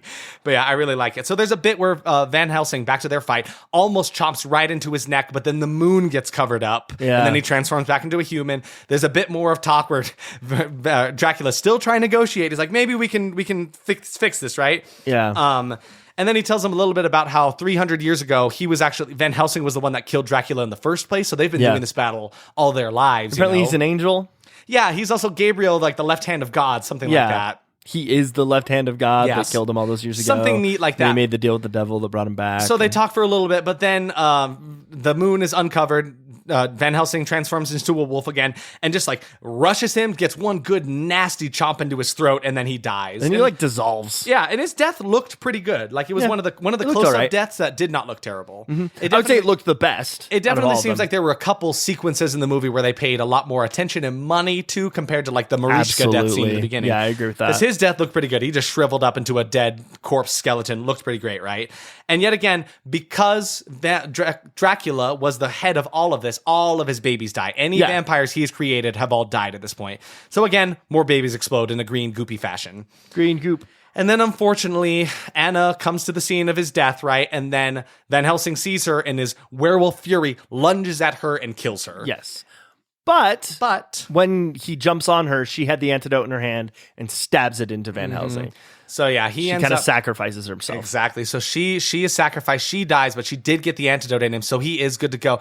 And I just wrote, look at the sad dog. He looks so sad about it. He did. It was like he lost his pet. Yeah. And this scene, Derek didn't like as much as me. I personally really enjoyed this shot. It's the shot of werewolf Van Helsing holding her dead body and just howling up into the sky. I liked the howl. Yeah. I'll give it that.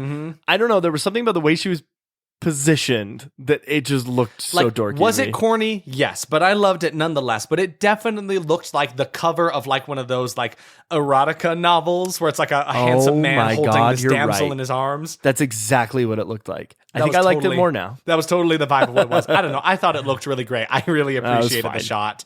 But yeah, so she's dead, unfortunately. Carl and Frankenstein and Van Helsing have all survived, right? So they go to bury her, or to burn her, actually, to give her like a Viking's death kind of thing by the sea.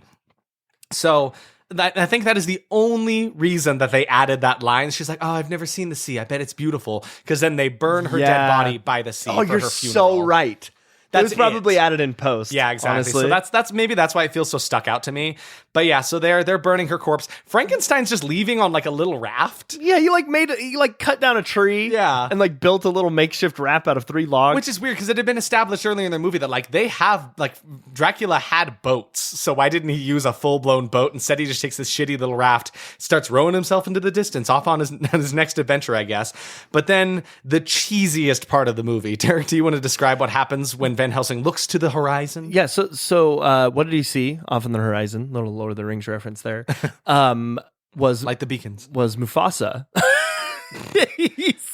he saw a giant freaking Anna's In a face. sense, you are not wrong.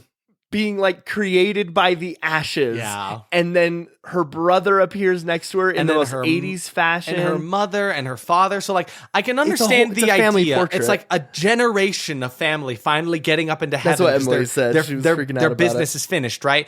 I get the idea. I love it. The effects were just so cheesy. So cheesy. Yeah, it was very, oh my goodness. Not the and then best there was like this call. giant white beam of light that like pulled them into. Yeah. It was so I think it was funny. corny. My parents actually mentioned, they're like, hold on, if that's that light up there, then the sun's down there. What is this light? I'm like, I don't know. I guess it's just heaven's light. I don't really know.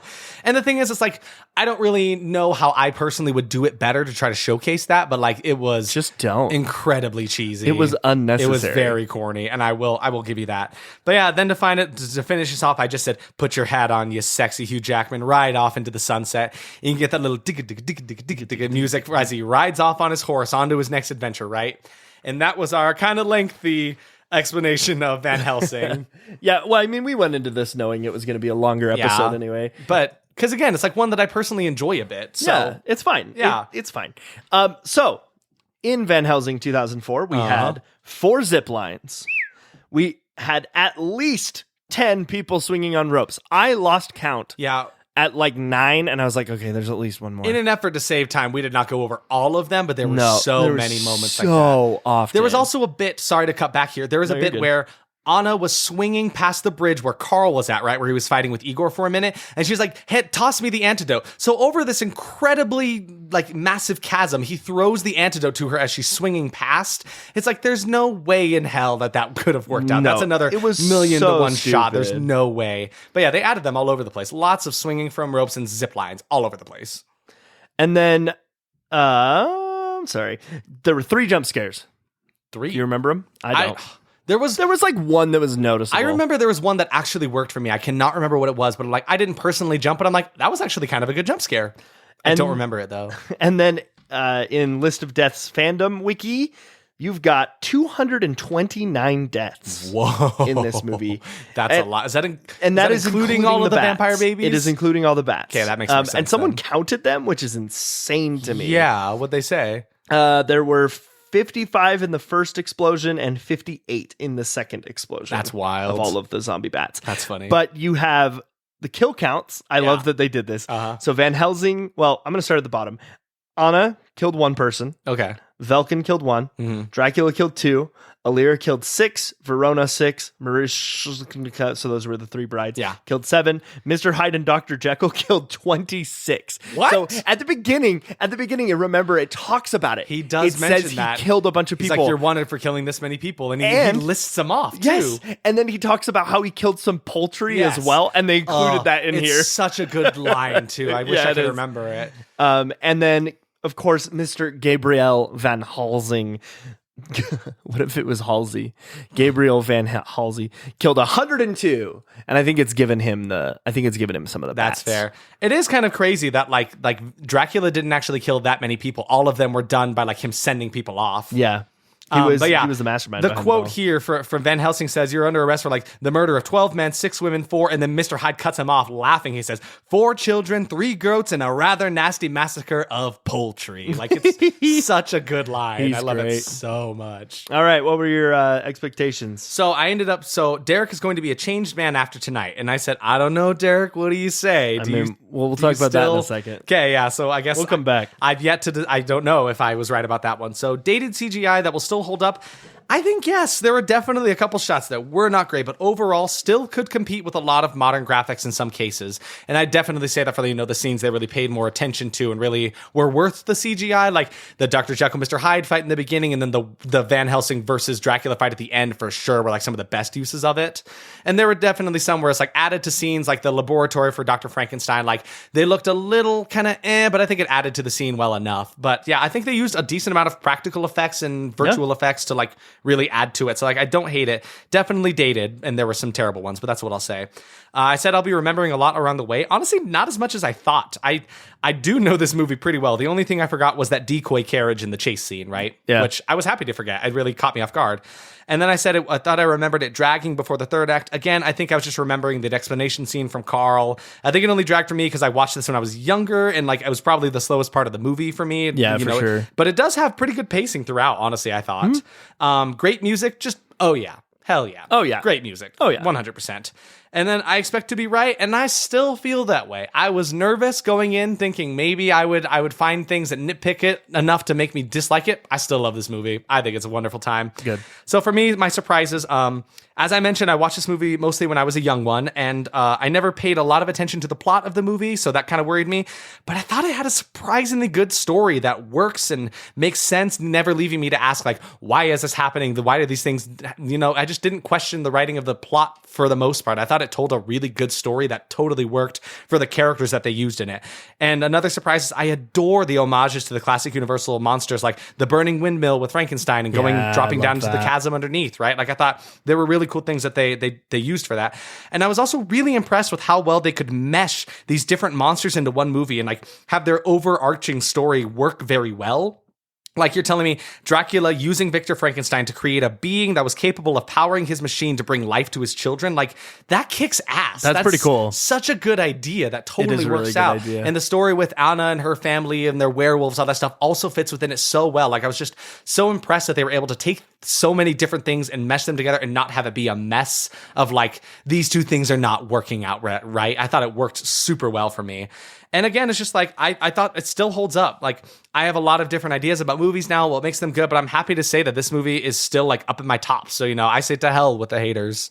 All right. That's me. So what about you? Where'd your expectations land? So first, I'm so nervous. So first, the CGI. I want you to like this movie. The CGI is going to be rough. I thought it was extremely rough. Especially after finding out about Lord of the Rings, like I was giving it a break, but then finding out how the difference in budget and all that, it's a little ridiculous. Specifically, one thing we didn't talk about that really bothered me was the vampire mouths.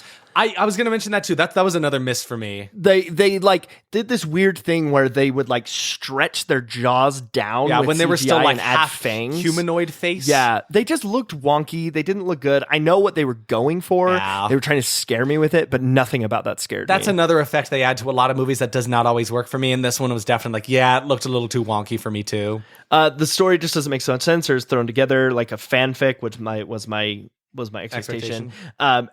I actually felt like the story was one of the more stronger parts, kind of like what you were saying. Yeah, I felt like it was very minor as part of a gripe for me. The story was like it was decent. Yeah, I didn't hate it. I agree. I think that it was a really good way to mesh everything. I just think there was a lot of wasted potential with it, and I thought it was an interesting idea to chase after this one plot where they could have done a lot more. Which I think is there was a just lot tough. more established than was get paid off. Which I think is just tough when you add so many characters that have their own fleshed out lore, like Frankenstein, Dracula, all that kind of stuff. Oh yeah, for sure. And like, same like you were mentioning with Mr. Hyde in the very beginning, right? Like again, he's got a whole storyline and I wish we could have spent more time with him, but I thought he was utilized pretty well. He was like utilized. To showcase, the Vatican detective.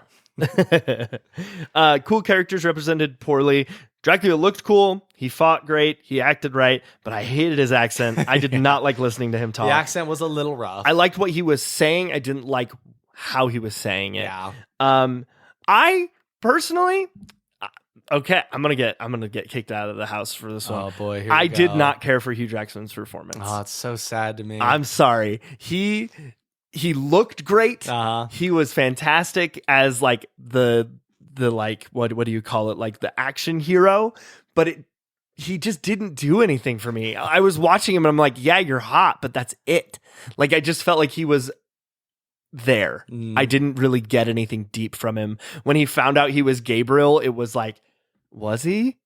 And I mean, it was I don't know. It just didn't do anything for me. That's okay. And maybe maybe you're entitled to your wrong opinion. Oh, okay. No, but I mean, like I was kind of the opposite, and I think it's just because I'm thinking about Hugh Jackman from the sense of like just like a versatile actor, because like this man comes from a background in musical theater. Yeah, absolutely. Like he was in Oklahoma, like it's really funny for me to think a guy that does that shit can come in and really ground a movie like this and be in the leading role of like this gritty monster movie. Like I really loved it for that, where I'm like, look at this guy doing this coming from a background of something like that, right? And I think for that, I really like appreciated his performance. Absolutely. And I should say, I love Hugh Jackman. Like we saw him when he came on tour here. I think he's fantastic.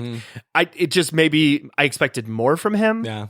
But I just didn't get it. I loved him in werewolf form though. Oh yeah, absolutely. Werewolf Hugh Jackman absolutely kicked ass. Wasted money. They should have just spent more on practical effects. Definitely. Yeah. There were so many moments where they could have used practical or VFX that they didn't. And I think the reason that this actually bothered me is because of the times they did use VFX or practical. Like they should have just settled. They had the capabilities to do so, right? Exactly. Like, and I think Frankenstein's monster is a great example of this. So he had much. such a cool costume, such a cool suit. They could have used more of that throughout the entire movie. Really, but they though. were trying to go for this huge, grandiose, grand scale. Maybe a la Lord of the Rings, right? Where they want that big feel. Yeah. They neglected to remember that, you don't have to use CGI. And then my final expectation was awesome fight scenes. Hell yeah. Hell yeah. I mean, all the fight scenes in 100%. this movie were fantastic. I was really impressed by that because sometimes the action sequences in these movies just doesn't land, and this one really, really did. Yeah. I think that's what kind of lends it more to like kind of leaning more towards thriller than a horror kind of thing. Or even an action film. Action film, exactly. But they did really well in the action sequences. And then for my surprises, Yes. I remembered way less than I thought. And you know what? I enjoyed myself. Really? I had a good time. Really, you mean it? I think it is a fine movie. I had a good time. I'll take that as a win. I still think it's fairly weak Uh-huh. as an action horror film. I want more, which I guess is technically a good thing Yeah. that I want more. Yeah. But I still had a good time. I loved the werewolf designs. Yes. Even though they were so obviously CGI. Oh, all of it. Like, definitely. I would have loved a suit that looked like that because that would have meant someone had it still and it Exactly. could be worn again. But yeah, that's basically my surprises. Yeah. Also, what the fuck with all the trapezes, man? That was wild. That's another surprise. That kind of took me out of it. I'm like, why are they doing this so much? It felt like a fake way to increase like tension, right? Yeah. It felt like a way of like, oh, you're not feeling tense enough in this moment. Let's have someone just Put plow themselves themselves in danger, across right? a cliff, Yeah. like for no reason. And I think it's like a fun wow factor kind of thing. It's just like they kept doing it. Yes. It's like a one-trick pony kind of thing. Once is great. Yeah. Even twice, 15 maybe. times or 10 times, how many ever times they did that in this movie? Not good. It didn't bother me too much. It was enough to make me think, wow, they're really using a lot of that, huh? Yeah. All right, what was your score? So for me, my verdict, I guess I say Horrorble because that's usually what we give to the good movies we watch on this podcast. had a But like hard time this with is this, honestly just for me a great film, and I still cannot understand why it got so much flack. I loved it, but I can back down off of that and say this movie is 100% my tempo, right? Yeah, like, this for is, sure. This is what rocks my socks, right? So I can say that is definitely giving it a boost for me personally. For sure. But I still think even beyond that, I think it is a good movie with a great story and great characters, some good acting in it. Yeah. With, its fair share of problems that I can definitely side with. For Yeah, me, so that's my verdict. For me, I don't know what to do, right? Because it doesn't really fit into anything. It's not horrible for me. It wasn't horrible, and it definitely wasn't boring. Yeah. I love me some good werewolf fights, and I mean, Hughes Wolf could get it, right? And I mean, even if I didn't care for his performance, he was still in the movie, and I still loved him. And even though Beckinsale was, or whatever his name is, even though she wasn't perfect, I enjoyed her. I like Dracula. So I put Wolfable. Wolfable. is the new one I'm putting on. Okay. Which is like, I liked the movie well enough. Yeah. And I think But you're not going to go howling to the moon about this. there it is. There it is. I think another thing about it is like, if you think about all the movies we watch, right? Yeah. All of these terrible, terrible horror movies, you get this one that is like so close. It is on the cusp of being a fantastic movie that is just being held back by these kind of B movie things that don't really fit. And I personally think that was at its detriment, right? Is you had all these weird uses of budget, and you had a guy who wrote his own screenplay. Yeah. Almost, it felt like a fanfic, really. And I wrote that as one of my expectations that I really feel like stood true. Is I feel like Stephen Sommer, whatever his name is, That's it. Sommer. When he wrote the movie, he was like, I love Van Helsing, I love Frankenstein, and specifically I love the 1931 Frankenstein. Yep. And he was like, I want to put this all in a movie with Dracula and with all these characters. And he had all this money from the Mummy. Yeah. So he's like, I'm going to just do it. I'm going to do it. And I it's don't really also care just how like, it turns it's a out. hard sell. Not everybody is. is into all these monsters Yeah. and that kind of stuff, right? It's a very niche kind of thing. And I feel like if this movie came out today with today's effects and everything, I really feel like it would be a roaring success. Totally. Because the market is there now. Yeah. And it just wasn't there in 2004. I mean, there's a market for a podcast like ours, right? Right, like, exactly. If something like this can Exactly. exist, I think there's enough people that would enjoy something like a Van Helsing in today's time. So, to go back to your expectation one, I would say I'm a changed man. I think Sweet. that this is a good movie. I do think that the critics are wrong. But, and here's the big but, There's the big but. I do see where all of them are coming from. Yeah. And that's me too. I feel like I'm also changing that sense where it's like I can't argue against every point that they're making. There are definitely some are like, yeah, that's right. But I still enjoy the movie quite a bit. And it was, I think now, 20 years later. Yeah. That we can look back at this movie and laugh at its faults and enjoy its good bits. Yeah, definitely. And that's what we're here for, Had right? a great time. Would watch again, I would say. Yeah. And now, Wolfable is in my canon. Now Wolfable is a thing. What about Vampire-able? What about for me? Okay, Yes. what trivia I you have got come to left? you with all my trivia, and there's just quite a bit. I could not I'm sure. pick all of them. So here, have these. I'm so excited for you to read I'm them. going to I'll hand just- those to Isaac because they're really goopy. Have you been messing around with Gooper and Gawhead? I've been trying to rescue Bawhead. He's kind of transforming in there a bit. It's like a butterfly situation. I think he's okay. Don't worry about him. He'll be fine. He's okay. Don't worry about him. 2 thumbs up. Where did Gooper get thumbs? I don't know. I don't want to know where those thumbs came from. God. So let's start on this trivia from Count Trivia. Stephen Sommers deliberately chose to avoid the style of transformation from other werewolf films, where the character would usually grow hair as part of the change.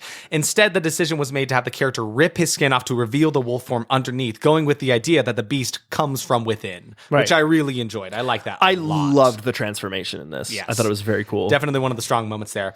The place where Van Helsing and Anna fight Dracula's three brides, the very first scene with all three of them, is the same place where Frankenstein from 1931, Dracula 1931, and The Wolfman 1941 were filmed. Oh, The set is called The Court of Miracles. in a place of miracles. And it's part of the studio tour at Universal Studios Hollywood. That's awesome. Let's Isn't that go. great? Yeah, I kind of want to.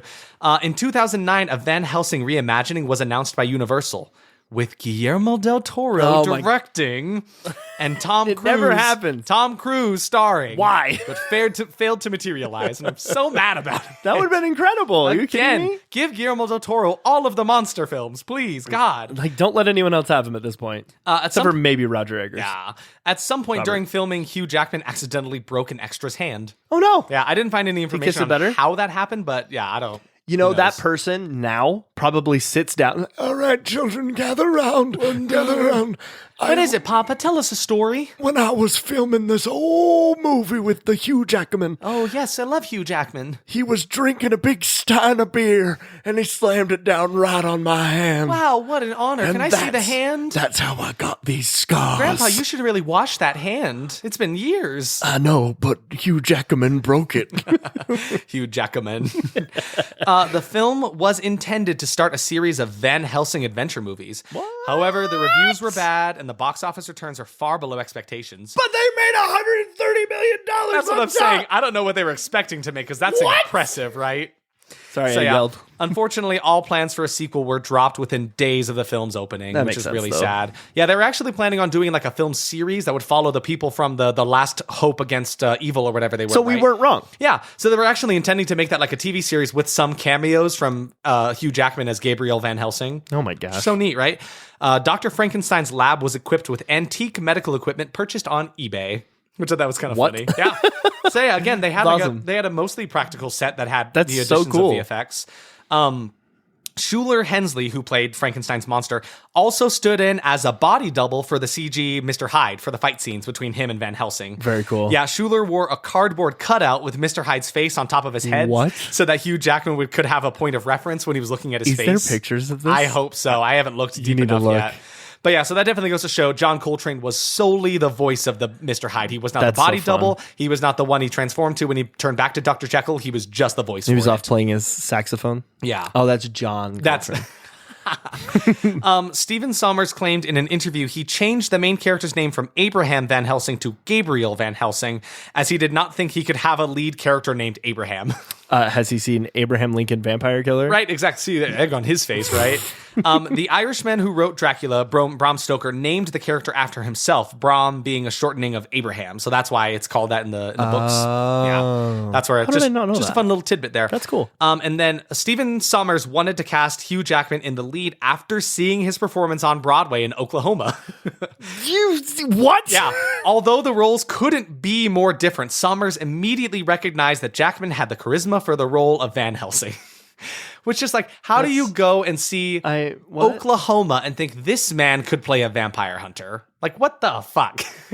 I guess he just saw that fringe on top and knew he had to be in there. my You know what I mean? So yeah, so that's all my trivia, even with the sprinkled ones throughout. But yeah, so that's Incredible. ours for Van Helsing. Next week it was my turn to choose a movie. What'd you pick? I picked good old CHUD, Chud, from movie 1984. I'm really on a kick of these 80s bad horror movies. And you know what? I'm enjoying it. Yeah, And it's great.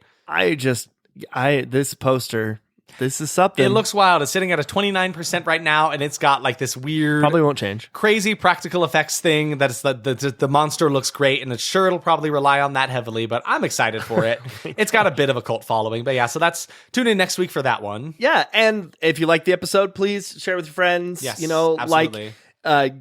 rate us on Spotify. Check us out. We have a Twitter and Instagram. So currently we've got Instagram. We've got That Was Horrorble with an underscore underneath each of them. So it's that_was_horrible. Go check that out. Twitter, we are at TWH Podcast.